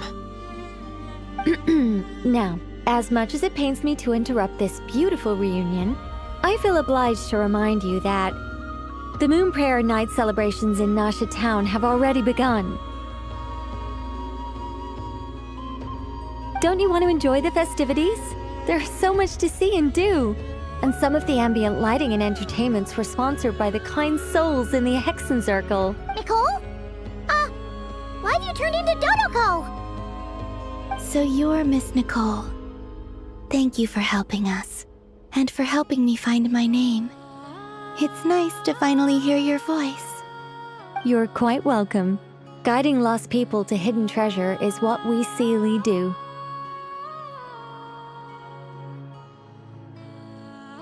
And if you ask me, spiritual treasures are far more precious than material ones. Chests are all well and good, but this was what it's all about. Ah, so satisfying. Anyway, I had to go help Alice. It seems like she ran into some trouble. That's why I couldn't be here in person. But don't worry, we're with you in spirit. We'll be celebrating right along with you.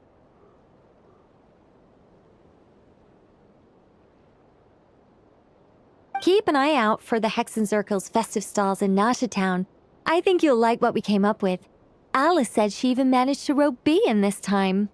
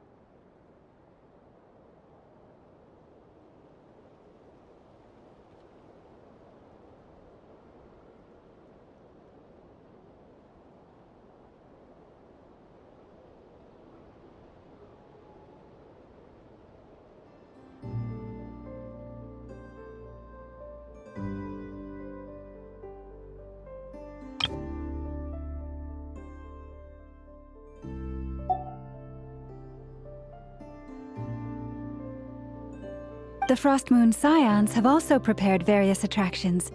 I believe Aino, Nefa, and their crew are setting things up as we speak.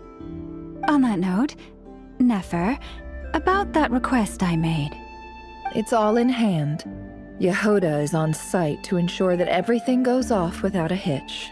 Wonderful. In that case, Traveler? Huh? Come on, Columbina. It's time to celebrate the best moon prayer night ever.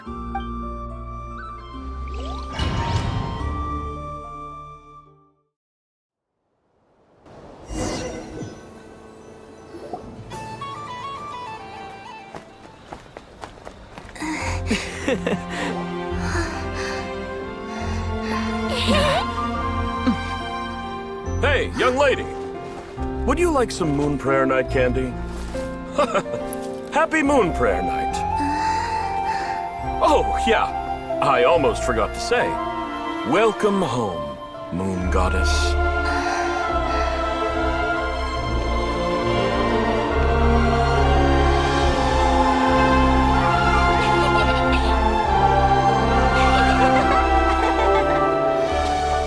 Welcome home, Moon Goddess.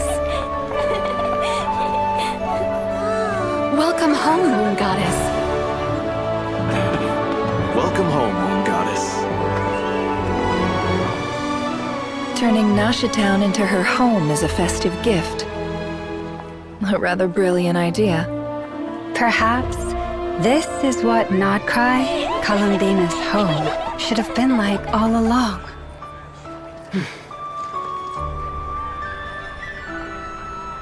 Thank you for the gift. I like it a lot.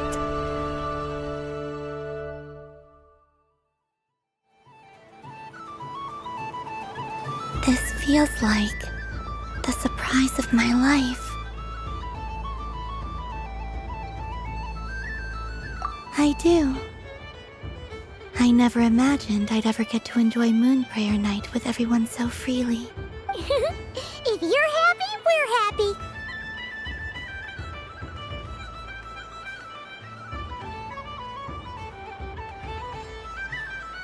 Quite a strategy you came up with. Hide the tree in the forest. It's not your usual style, Lauma. Is there something about Moon Prayer Night that enhances what's in your head as well as the antlers on top? Apparently so. It even inspired a perennial penny pincher to use their resources for a greater cause. It truly is a magical festival.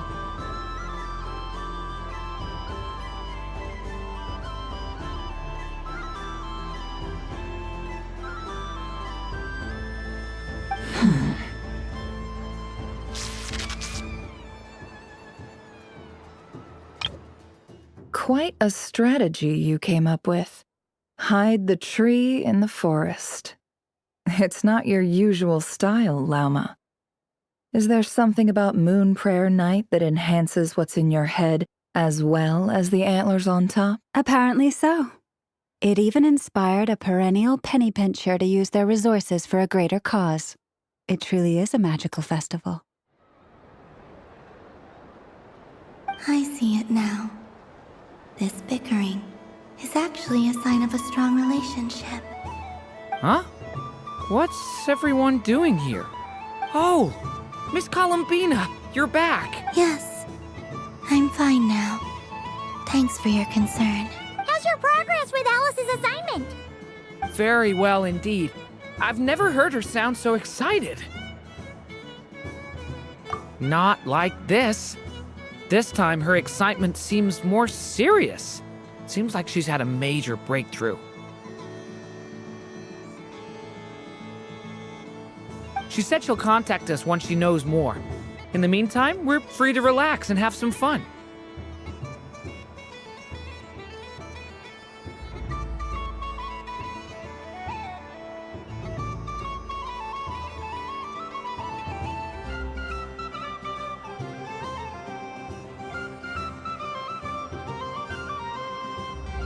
Enjoy the time off while it lasts.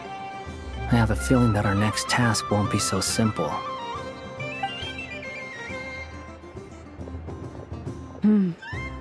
I should go. I still have a few things. And I think I'll take a look around. With any...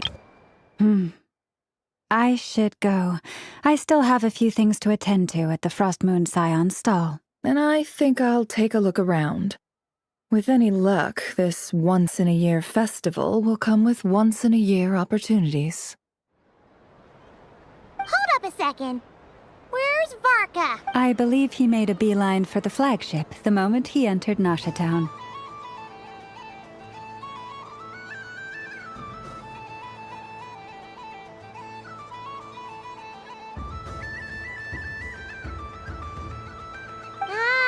That's Mondstadters for you.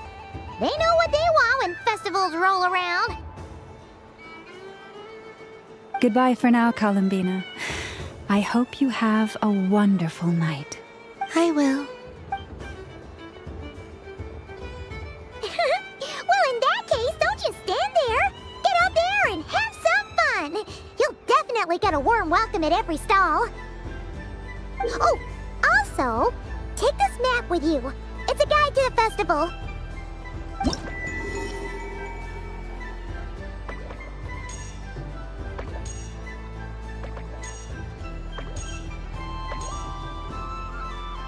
The Frostmoon Scion stall is over here. Lauma's invited a whole bunch of cute animals to celebrate too. Over there is the Hexencircle section.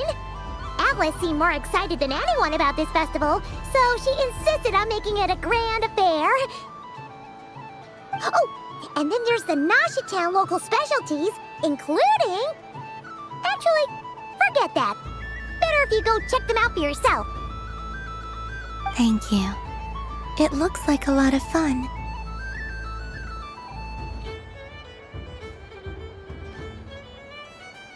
You're not coming with me?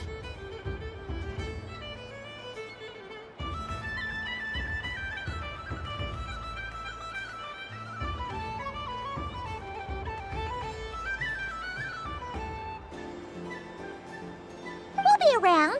But don't you want to browse by yourself for a bit first?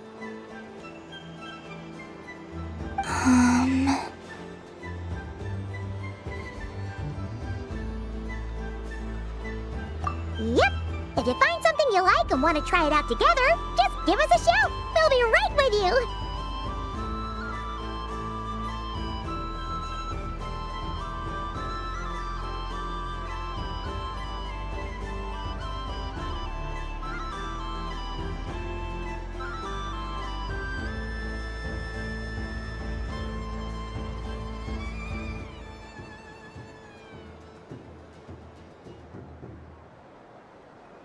Otherwise, just relax and enjoy yourself. There's so much on offer, so try to experience as much as you can. And don't forget to stuff yourself with all the delicious festival food!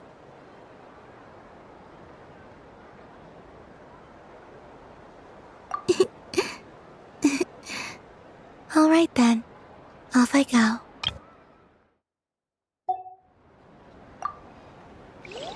Where should I go first?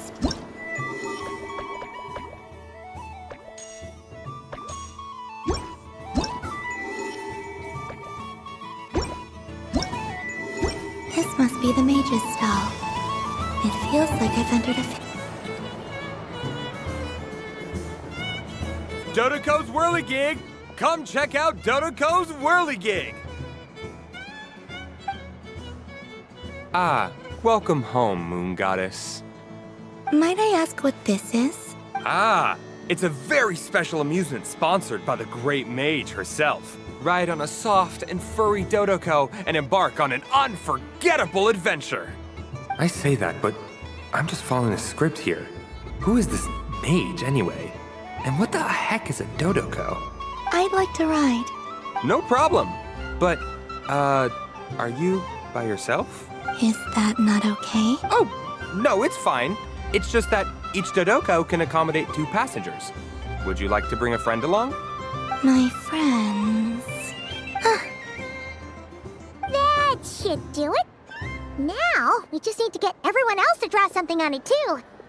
But we gotta keep it a secret from Columbina. Traveler. That should do it. Now, we just need to get everyone else to draw something on it too.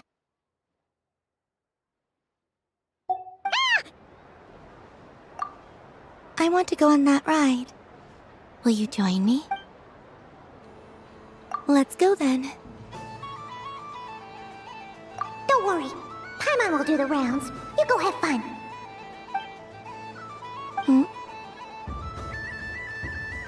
All right. I think we have to wait in line over there.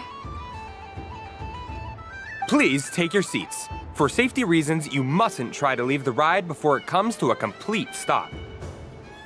All right, you're all set. I wish you both a wonderful journey.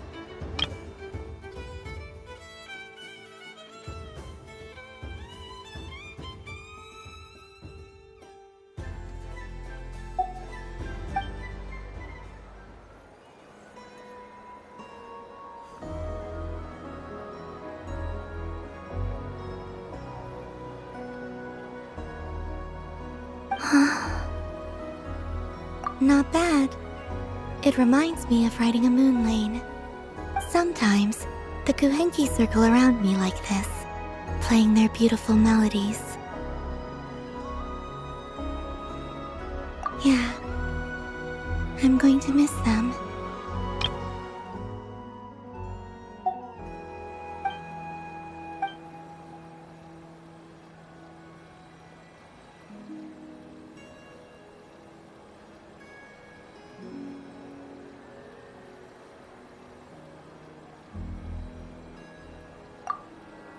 It does.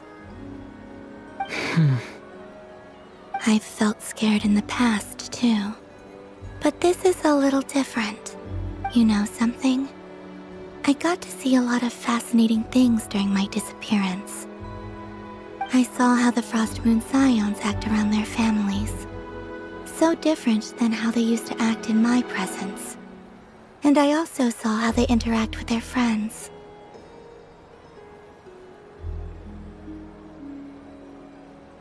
It made me curious at first.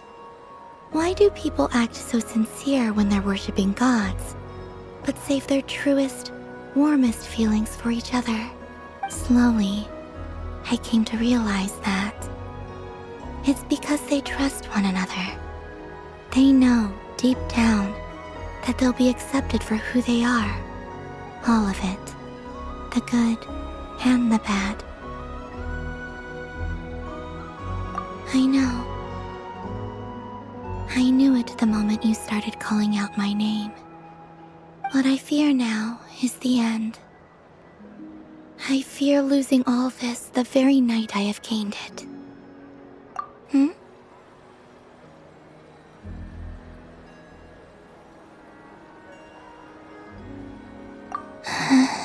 Thank you for this conversation. Thank you for listening to me. Don't worry. This fear I have, and the unknown that awaits me, they cannot hurt me. Not when I possess a treasure far greater. I just want you to remember this version of me, the real me, on this final night together.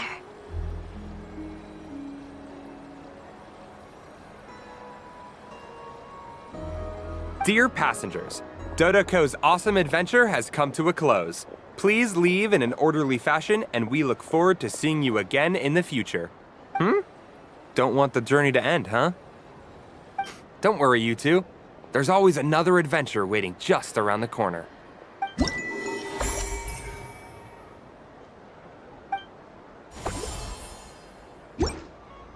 So this is the Frost Moon Scion's area.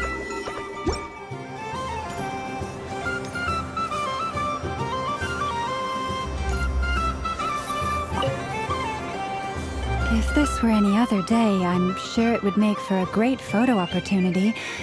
But Moon Prayer Night has rendered my antlers uncomfortably large.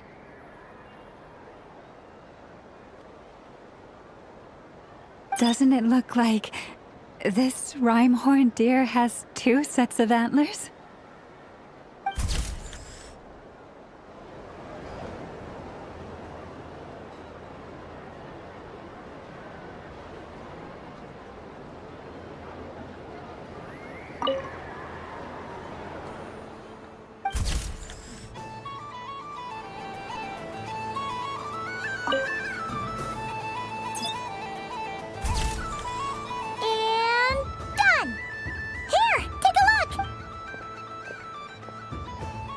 I think it looks quite funny. Well, Paimon thinks it's super cute. It looks like a silly chic badger and a rhyme-horned deer that's about to fall asleep.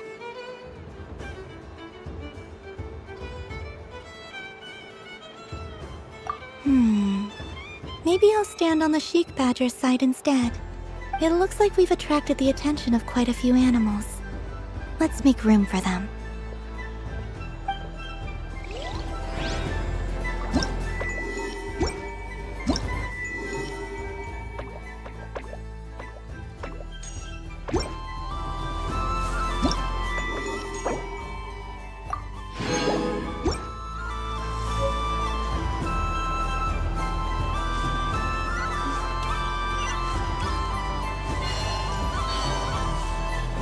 What's this? Should I give it a try? A soft and furry creature that bounces and jumps. Welcome home, Moon Goddess. This one talks too. Allow me to introduce myself. I am a Dodoco from a distant archipelago, the most mischievous of all my Dodo brothers and Dodo sisters. When the going got tough, I powered through, and when I met obstacles, I boomed them away. That sounds like a lot of fun. Doesn't it just? But then the trouble started. Recently, I found a lovely beach, the same beautiful jelly color as my hometown, and only to find it overgrown with seagrass and nasty little spiky fish everywhere, looking to turn me into a Dodoco kebab. I made it back to shore by the skin of my teeth, but my tail was sorely hurt. Couldn't you just boom them away?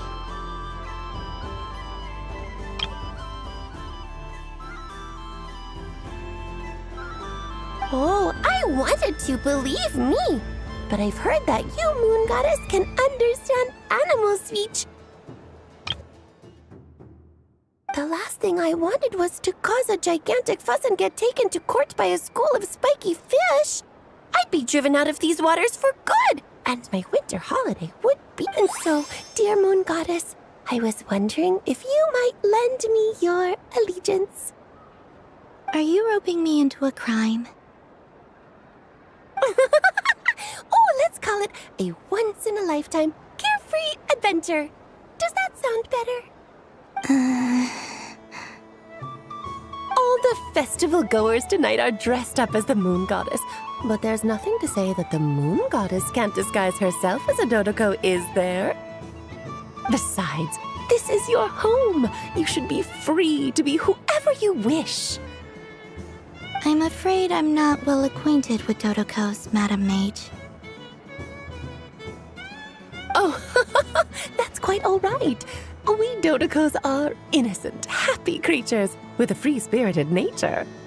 Many, like myself, are mischievous troublemakers. Others are lazy souls who like nothing better than to lie down on a nice rock and take a nap. Oh, let's call it a once-in-a-lifetime. I'm afraid I'm not well acquainted with Dodokos, Madam Mage. In our eyes, every creature who yearns for happiness and freedom is a Dodoko.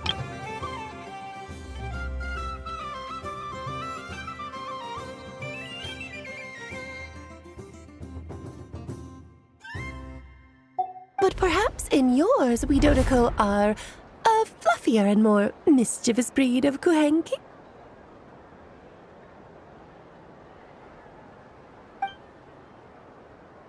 Yes, that is a much easier image to follow. Oh, wonderful! Then let's play! Grab onto my tail and follow me into the sea! Time to settle some scores with the bad guys!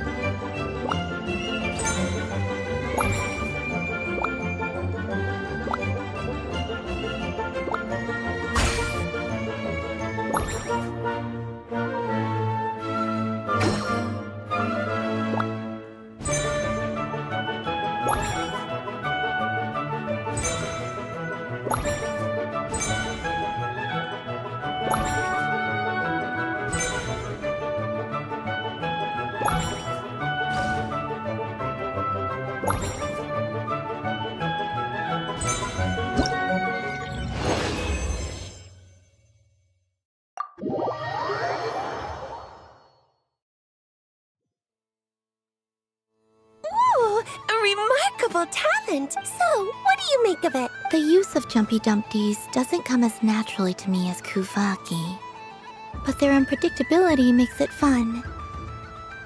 I think they call this... novelty? Indeed! And how did it feel blowing those pesky nuisances away? Not bad. Any guilt? What do you mean? Oh, wonderful! Lovely answers to all 3 questions. You've passed the safety test. Now I can give this special bomb to you as a souvenir. Remember, if you find any meanies living on the moon, you can use this to boom them into oblivion. I will.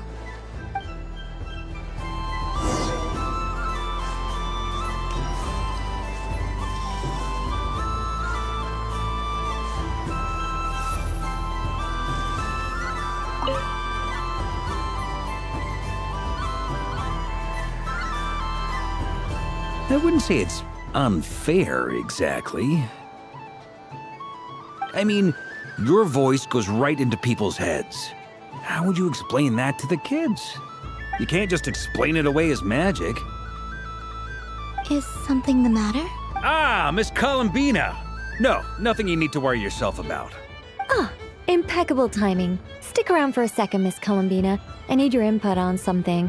This self-proclaimed Knight of Justice has yet to give me a satisfactory answer. I, for one, would like to hear your verdict on the matter. Hey, now, I left the flagship just to help you out, Miss Nicole. What's going on? So Alice and I are both using long-range remote control spells that work on similar principles, allowing us to attend this festive fair in Dodoko form. Sorry, let me backtrack a little. While similar, there are some key differences. Alice, being a great mage, wanted her Dodeko to reflect something of her own charm and mystique.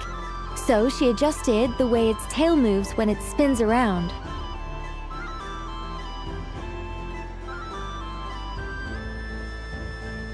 An entirely gratuitous move, in my opinion. I hardly see how anyone is going to notice that.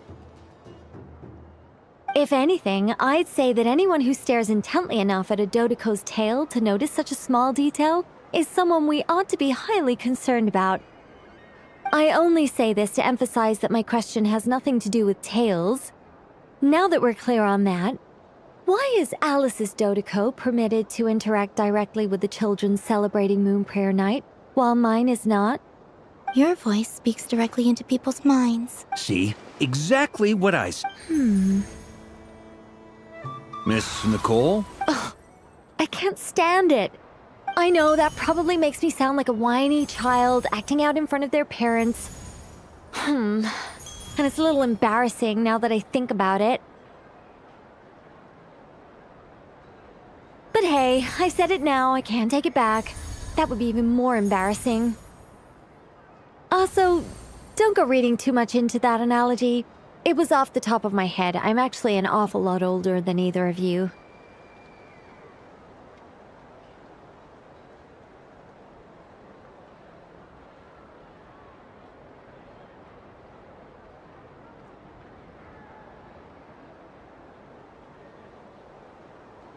Miss Nicole, are you saying that you'd like someone to play the game you've prepared? I'm not so invested in that. It's just something cobbled together using items I borrowed from Alice. She probably didn't even make them herself. The point is, I want to know everyone's thoughts after they receive their prizes. But as you've said, I can't just ask. I've been biting my lip for so long, and I've had no one to vent my frustrations on.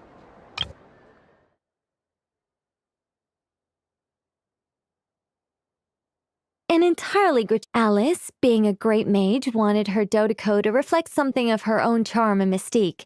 So she adjusted the way its tail moves when it spins around.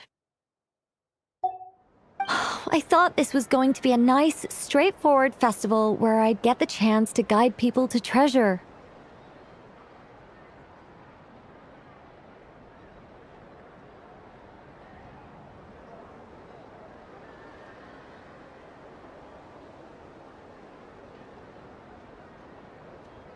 Well, can I play? I can't guarantee that I'll win a prize, but... You will? I'd like to try. Then what are we waiting for? Let the game begin! It's like they forgot I was ever here. Ha ha ha ha.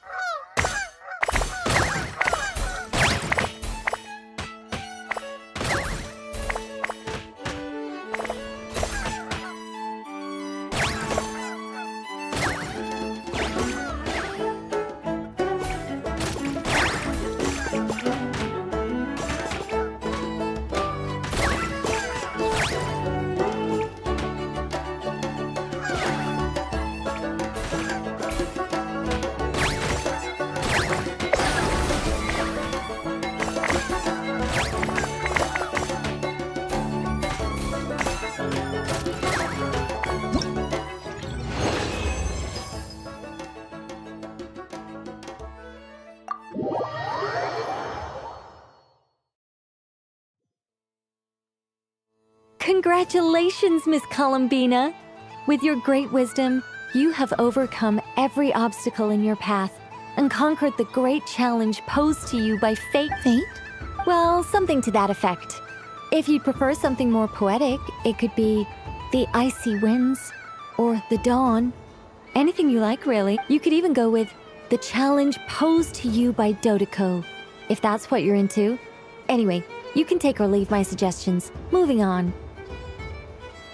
All my hopes are now resting on this. Can I open it now? Stop teasing me. Please, I'm begging you. No more talk. Just open it.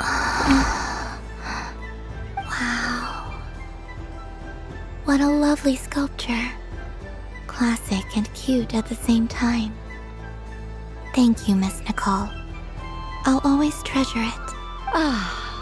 There we go. Music to my ears. You have my sincerest gratitude, Miss Columbina.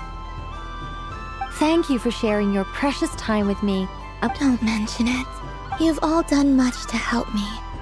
And still, I'm the one receiving all these gifts.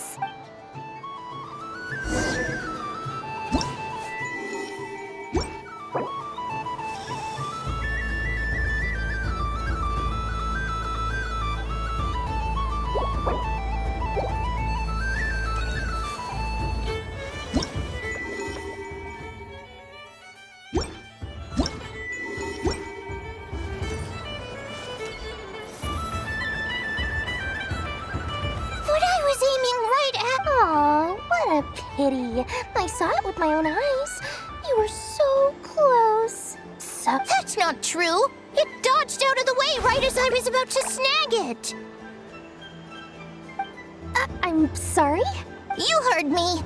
This paper frog can move. I swear. Dear, oh dear, what are you saying? How could a paper frog move? Unless you believe there really is magic in this world. Even if I, the mere humble merchant that I am, knew such magic, surely I would not use it on a paper frog. I'd sooner give Mora legs, so it could walk right into my purse. My dear, dear customer, why not have one more try? This time I'll give you 12% off, a very generous discount for one of my most regular customers. Just think about how much experience you have under your belt now. You're sure to win the next one. Darn. I used up all my coins. I'll be right back. Just gonna fetch some more from my house. Take your time, but don't take too long. This event is Moon Prayer Night only. Miss it, and you'll have to wait a whole year before I'm back. Next customer, please. Welcome. Hello. Whoa! What's this big one doing over here? How do I tell my employees not to go running around this time? Shooting them a glance won't work. I haven't known them long enough. Dory? Why, hello there, Miss Columbina. Would you like to play my ring toss game? The rules are very simple, and it's easy to get the hang of. How much for a round? Oh, first time's free. Not a single Mora. After that, well, we can cross that bridge if and when we come to it. But with your sharp skills, I'm sure you'll win all the prizes in one fell swoop. That was an obvious enough hint for them, right? Right?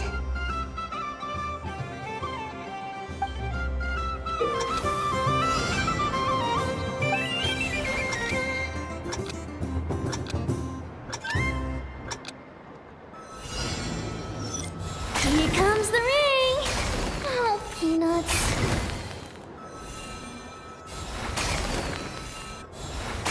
Change tracks.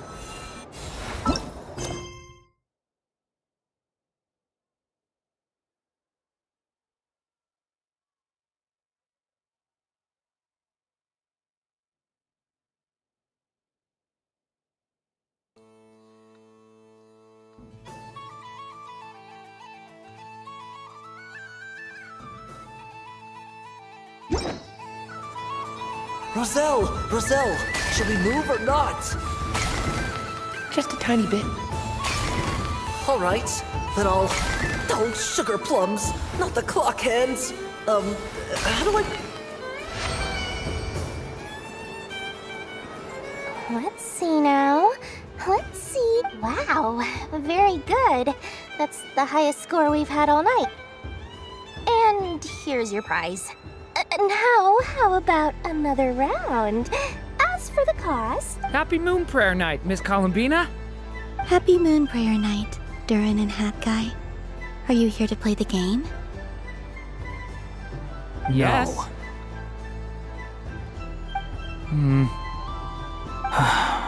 You said we were just coming here to say hello. I did, but then I recognized a few more people as I got closer. Do my eyes deceive me? Is that... It's our little dragon! He's all grown up! Someone's popular. Well now, since you came all this way, why don't you try out this lovely game we have going? First try is free! Do my eyes deceive me? Is that... Happy Moon Prayer Night, Durin and Hat Guy. Are you here to play the game? You said... I did, but then I recognized a few more people as I got closer. He'll have a go. I'll pass. It's only one free try per customer. You can't give your try to him. I'm aware. How has Elder Almond been lately? He's in great shape. He goes for a run in the forest every morning to stay fit and healthy. He tried to go boat racing with Firecracker a while back, but he couldn't even make it onto the Lotus Leaf. Firecracker was in fits of laughter. How about you, little dragon? Can you still fly? Yes, I can. But you've become less chatty. Has growing up been tough on you? We call that maturity. You know, the thing people sing about. The knight wields a sword of stone to defend those hearts that are made of gold. Stone is very heavy. That's what keeps him from talking too much. That's awesome! I want to be a knight when I grow up too. Ring, here I come! Oh, the hat-wearing man. I never thought I'd see you again. You seem more determined than when I saw you last on the train. If you say so. Oh, I do say so. The people you once helped see it clearly. It's because you are once again on the right track. May the engine in our hearts propel us to the station of our dreams. I can move! I can move now, Roselle! What are you doing, running into the rings like that? You got them all so quickly! I have never seen anything like this in all my travels. Is this guy actually an old friend of theirs? But how?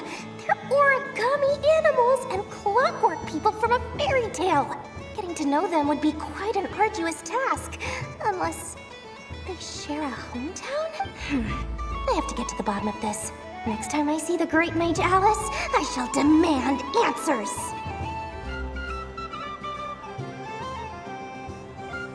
Thank you, Dory. I had a lot of fun. Now for your prize. Where did I put it? Give me a moment to dig it out. Oh, sweet grand prize. How I wish I didn't have to let you go. Good thing I've already turned a profit from the customers earlier in the night. Otherwise, I'd have wasted all my hard work. Okay, I'm back. What? I leave for 2 seconds and someone's already claimed the grand prize? Oh, well, these things happen, you know? Perhaps you'd be interested in one of the other prizes instead. We've got all kinds of wonderful goodies here. Is this the thing you wanted? Here. You can have it. Huh? But... Don't worry about it. It will be happier with you. much, miss. Moon Goddess. Oh, goodness gracious, Columbina. Give me strength. How am I supposed to make any more money from this child at this rate? Daddy, look! That's the game I was telling you about! Forget it. She is the Moon Goddess after all. I'll think of some other way to swing this. Maybe I can try to hook this new kid. Huh? Oh, someone already won the grand prize. You can take mine if you want. What? Why? Why are all these bleeding hearts coming here to ruin my business? Happy Moon Prayer Night, everyone.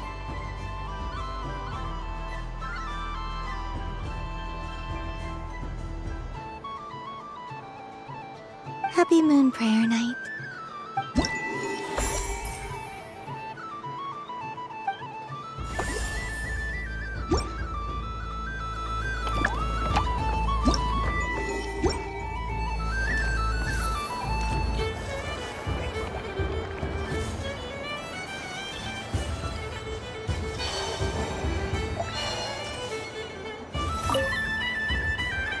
Welcome home, Moon Goddess.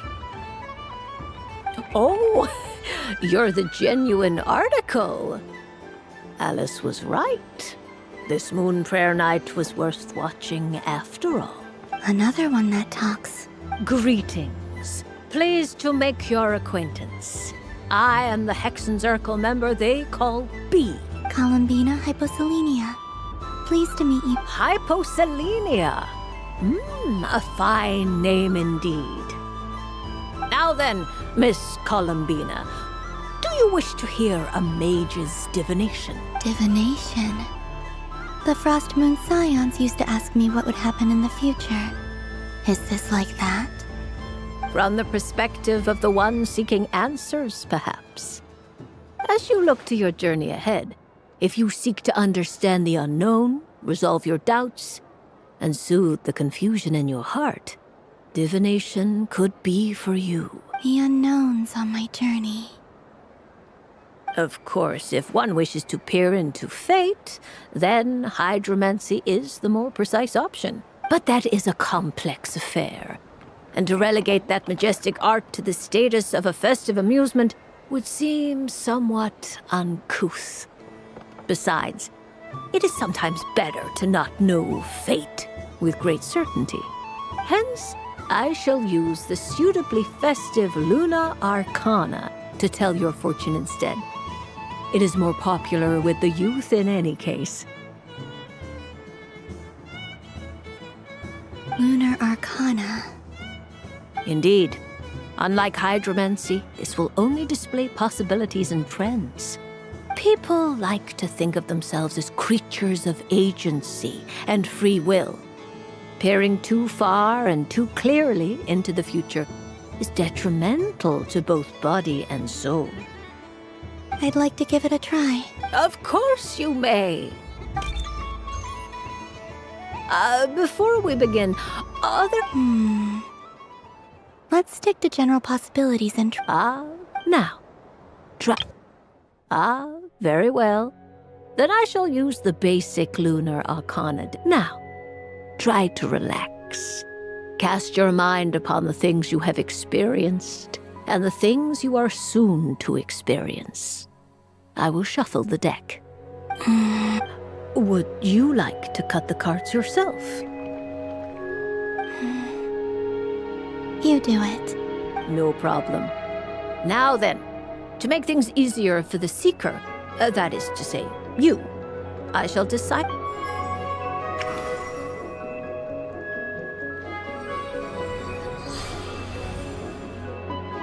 Please, draw the first Lunar Arcana. Now, draw your second card. This will stand for the past, the sum of all your experiences that have come. And now the third Arcana. This is the present, your interpretation of the current moment. Finally, the last card. This shall speak of the future, which... Oh. Kuvaki Pulse? Fascinating. I've never encountered this before in my role as a diviner. Something has exerted an influence upon this card, causing it to leave its designated position.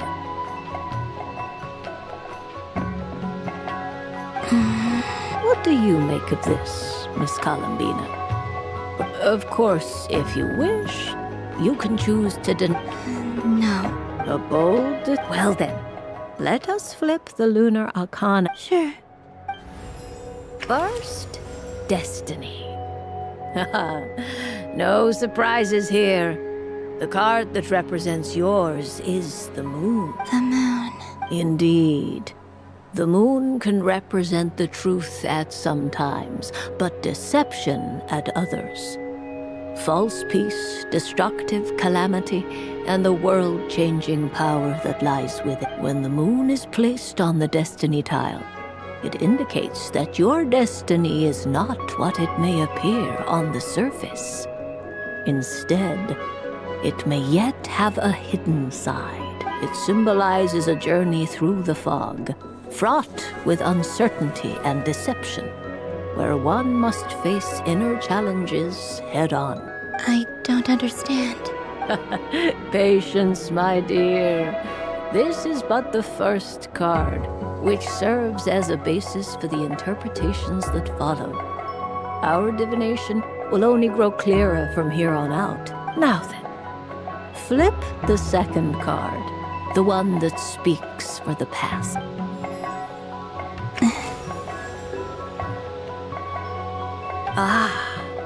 The Hermit, but inverted. Inverted? Yes. The Hermit symbolizes solitude, introspection, and the pursuit of truth. When inverted, it represents isolation, truth out of reach, and a path that leads one astray.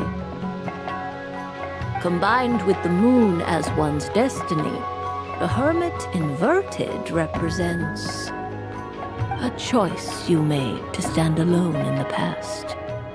It was a choice made not out of fear or arrogance, but for reasons that others could not perceive.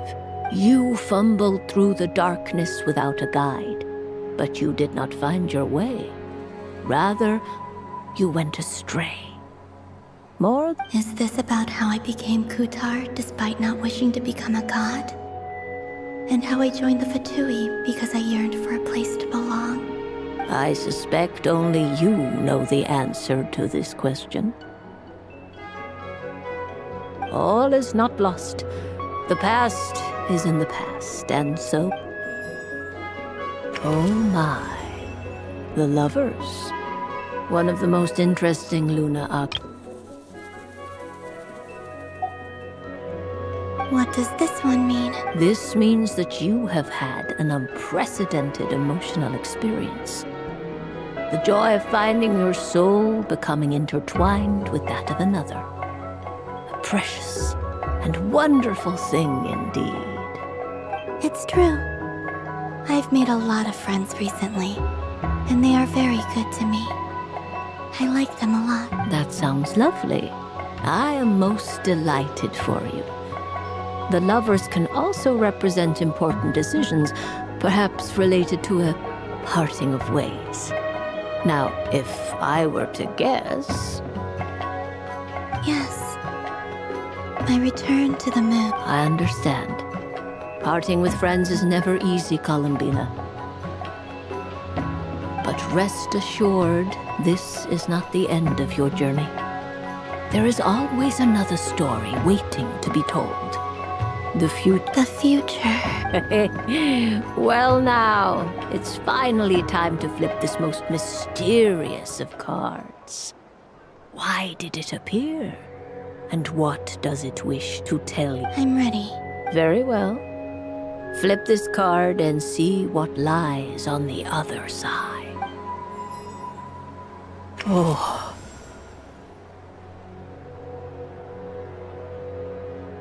Barbaloth? What is it? This card is death. That doesn't sound very good. It depends on how we interpret it. It is true that it can represent an agonizing death, a complete and utter end, but at the same time, it can also represent rebirth. Do not forget that your destiny card is the moon. That lends your future many different potential meanings. If death spells the end, is it unavoidable? As I have said, divination can only display general trends. It is a rough guide, but it does not show predetermined outcomes. Allow me to summarize it for you. In the past, you may have lost your way, but now you have gained new connections and new strength. You now face an important decision, one that may bring about a great change in what is yet to be. This change might, in turn, be the end of all things, or their beginning. But remember, everything is subject to change because of the moon present in your destiny. You must see the truth clearly and face your innermost thoughts. The truth. My innermost thoughts. Thank you, Miss Barbaloth. Don't mention it. Some people dislike divinations, for fear of glimpsing an ending to their story that they wish was not so. But I can see that you're different. The result of this divination will not sway your decision. This is a rare quality, and one that diviners always hope to see in the seeker. We are here merely to guide, not to exert undue influence. I understand. Go then and illuminate your future, Miss Columbina. The moonlight that shines from you now is most captivating.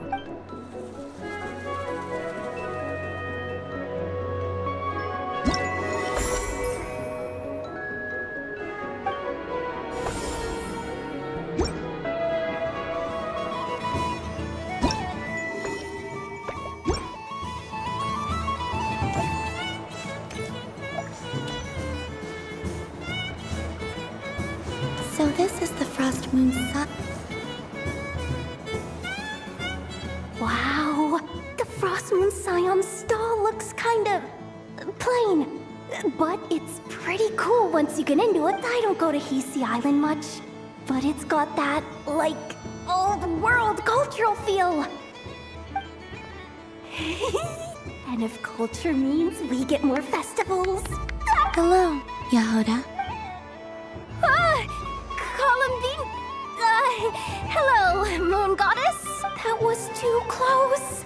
I almost gave the game away in front of the staff. Oh, wait. What's the deal with her shoes? They don't make a sound when she walks. I could do with a pair of those. Do you like balloons too? Balloons? Oh, you mean those? What's so fun about balloons? I'm not a kid anymore. They're probably more up Aino's alley. Yes. The animals seem very curious about these strange flying objects. I was drawn here by their voices. I recently learned a fun new game you can play with balloons, so I decided to come and give it a try. A new game?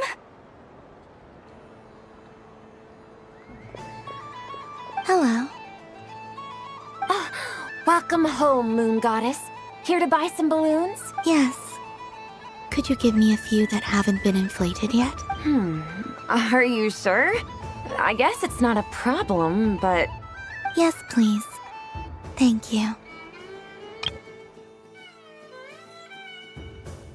Uninflated balloons? But those are just little rubber pouches. What does she want with them? Would you like to play the balloon game, Yahoda? Huh? Sure. I guess. How do you play it? Wait here a moment. Oh. This is so weird. What have I got myself into now? I thought I saw Columbina nearby. Uh-oh!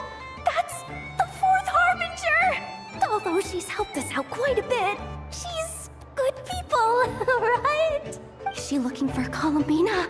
Oh, guess that's my ticket out of here.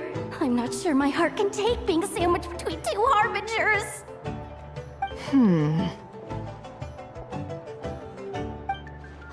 Which stall is she checking out?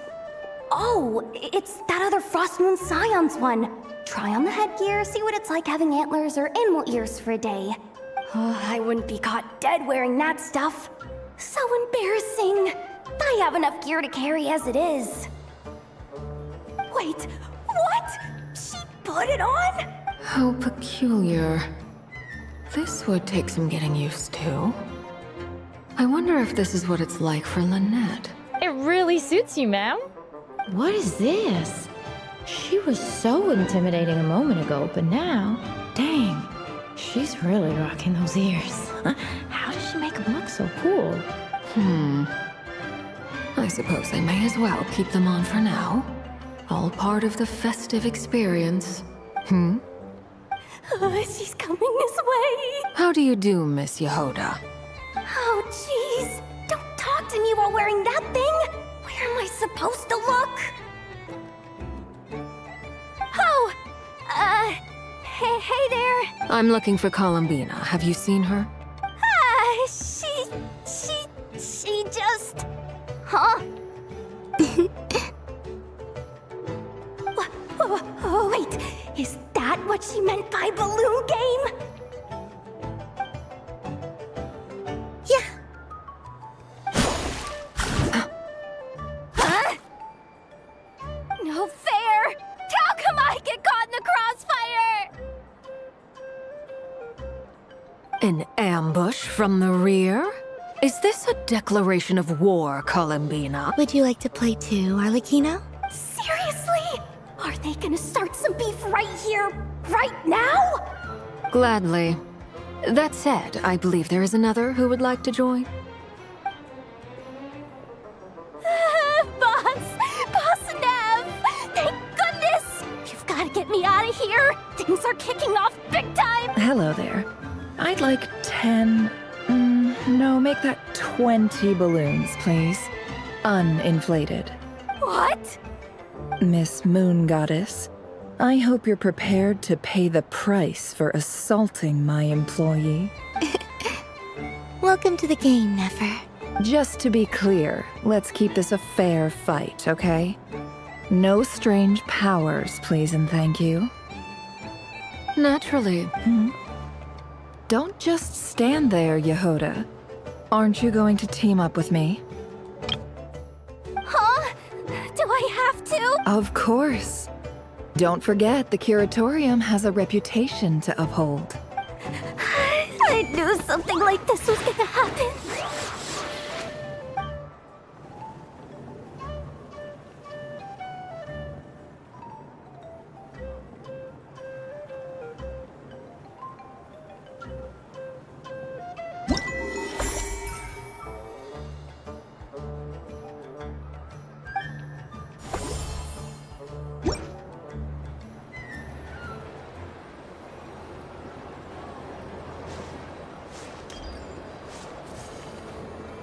Sunny days!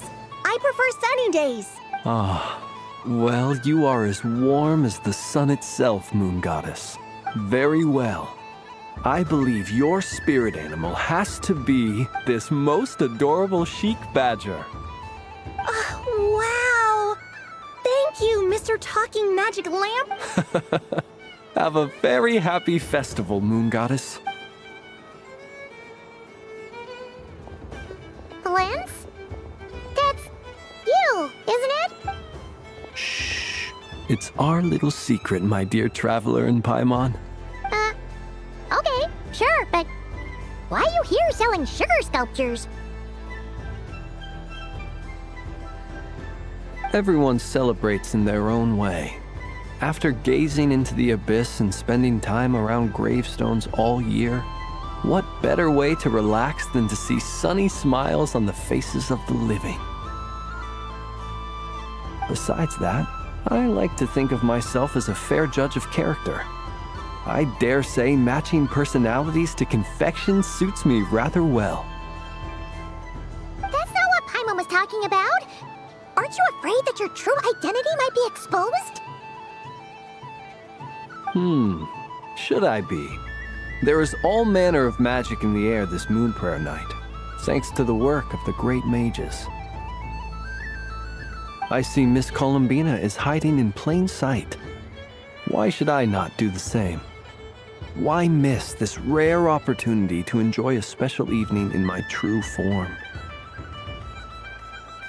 Fair enough. You got a point there.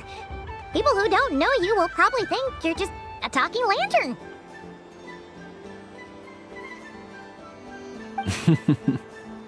Well, now that we see eye to eye, what brings you here? Not a search for your spirit Ah, well, actually... Here, see for yourself! Oh, this is... Yeah! We just met Barca, and he said that having everyone draw their own section was kind of boring. So, he did your bit for you.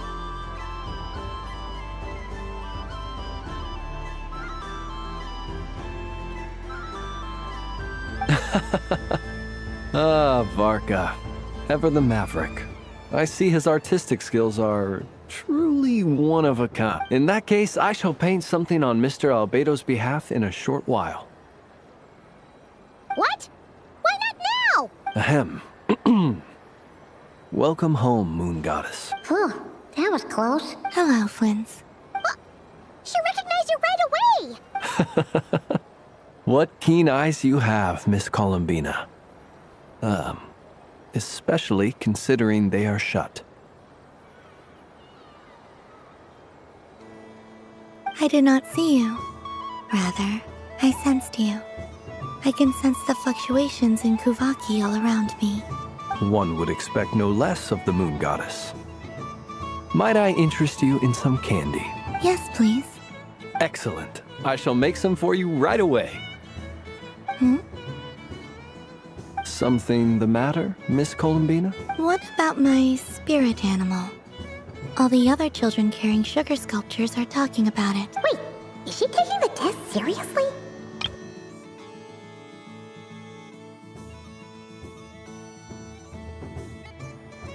Ah, my apologies. How could I neglect that? You are quite right, Miss Columbina. Every one of us has a magical creature living in their heart. Would you permit me to help you find yours? Yes, please. Do you prefer the day or the night? Night. Which of the 4 seasons is your favorite? Winter. Think of a perfect day. What is the weather like? Sunny, rainy, or perhaps cloudy? Rainy in the morning, sunny at night. What kind of answer is that? Forests, lakes, and open seas. Which do you prefer of these? I like them all. Imagine you opened your very own shop. What would you sell there? Moonlight, I think. Wow! Paimon would totally shop there. It wouldn't cost anything. You'd just need to visit.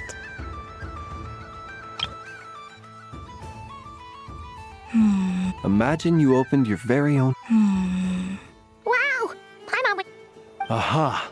I believe I know what your spirit animal is. Here. For you. Oh, it's a Kohenki! Indeed. A free-spirited being with a deep love for all things here in Nodcry, who selflessly lends her aid to as many people as she can reach. It is the perfect fit for you, Miss Columbina. Thank you.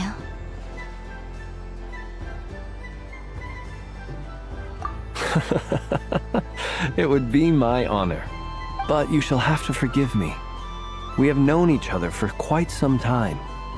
I doubt there is any answer I could give that would come as a surprise to you.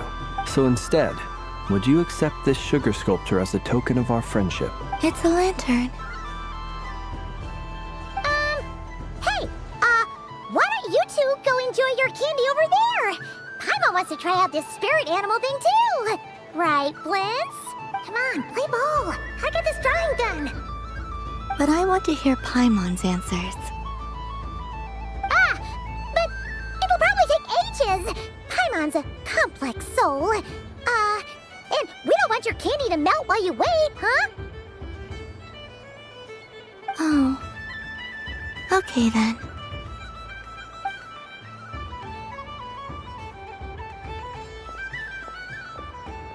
Phew.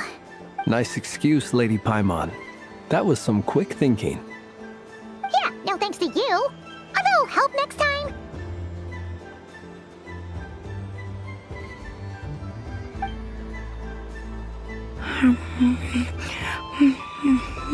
It's sweet.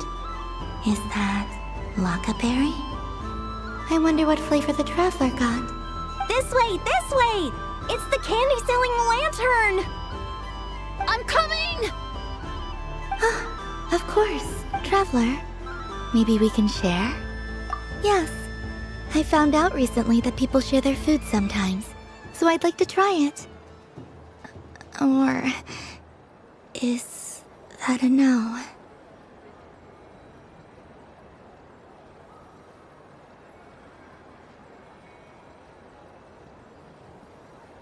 Thank you.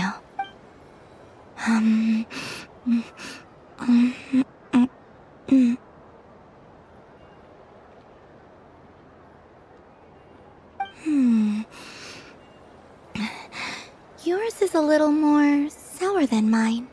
Here, you try it.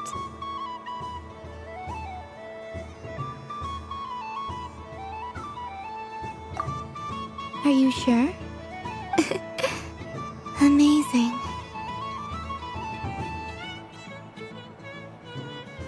My sugar sculpture has shrunk, yet my heart is filled with feelings of sweetness. I will remember this feeling. Sure.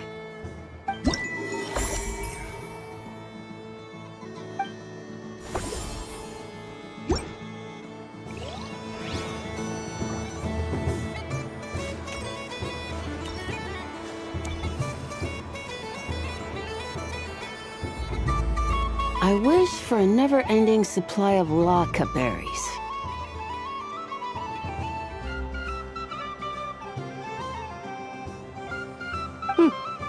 What a humble wish. Probably written by a child.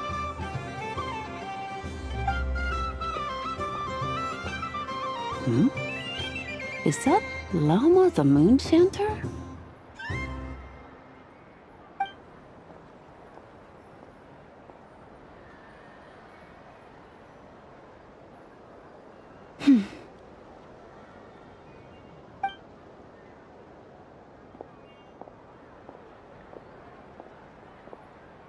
I wish that the long plume ibises would stop biting me. Oh dear, poor Lauma.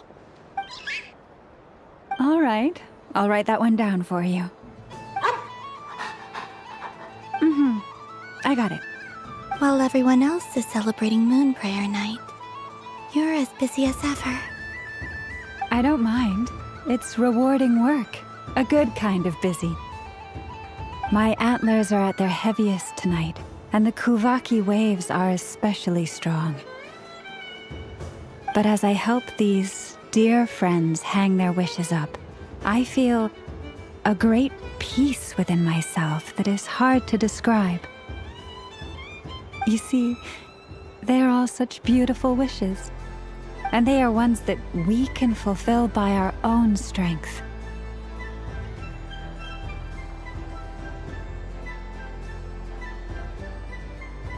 Do you blame me, Llama?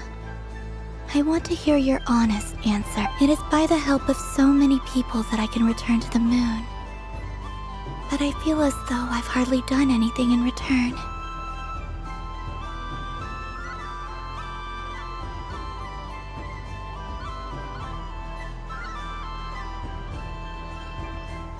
You've done plenty, Columbina.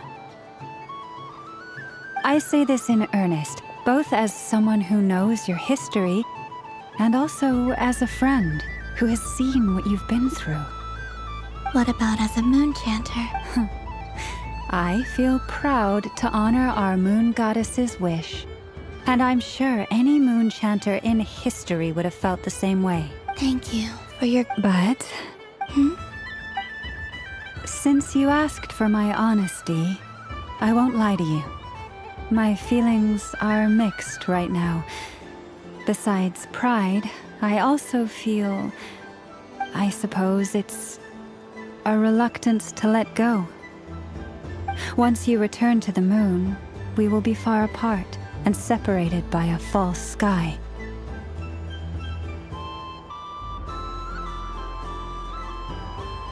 I'm sure those of us left behind will gaze up at that sky, yearning for the moon once in a while, just as you used to do. I will miss you, Lauma. I will miss you all. I hope to stay in touch. I will try and find some way to send messages down from the moon. Perhaps you could use Kuvaki. I've heard Yehoda say that signals can be sent using long and short waves, or strong and weak lights. That sounds a little complicated. What if we forget what the signals mean? We could prepare a codebook beforehand, but... You're right. It wouldn't really suit you. Still, whatever happens, I believe that you will find your own unique way of communicating with us. And now that I think about that, my heart feels lighter. Because you trust in me? Yes. I have faith in you, and in the power of truth. In my experience, the truth tends to be difficult. But that's what makes it stand out from what is false. So I'm confident that your thoughts and your love will shine through the curtain of lies. We will know it when we see it. Thank you. Now, could you help me hang up my wish? Is this? I wish that all who dwell in this moonlit world can find a place to belong. And I wish that I shall one day see my friends again. It's 2 wishes. I hope that's not too greedy of me.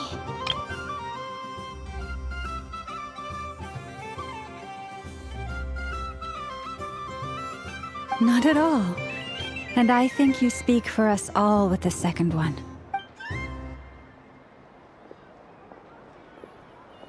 I shall continue to pray until the day that all of these wishes come true.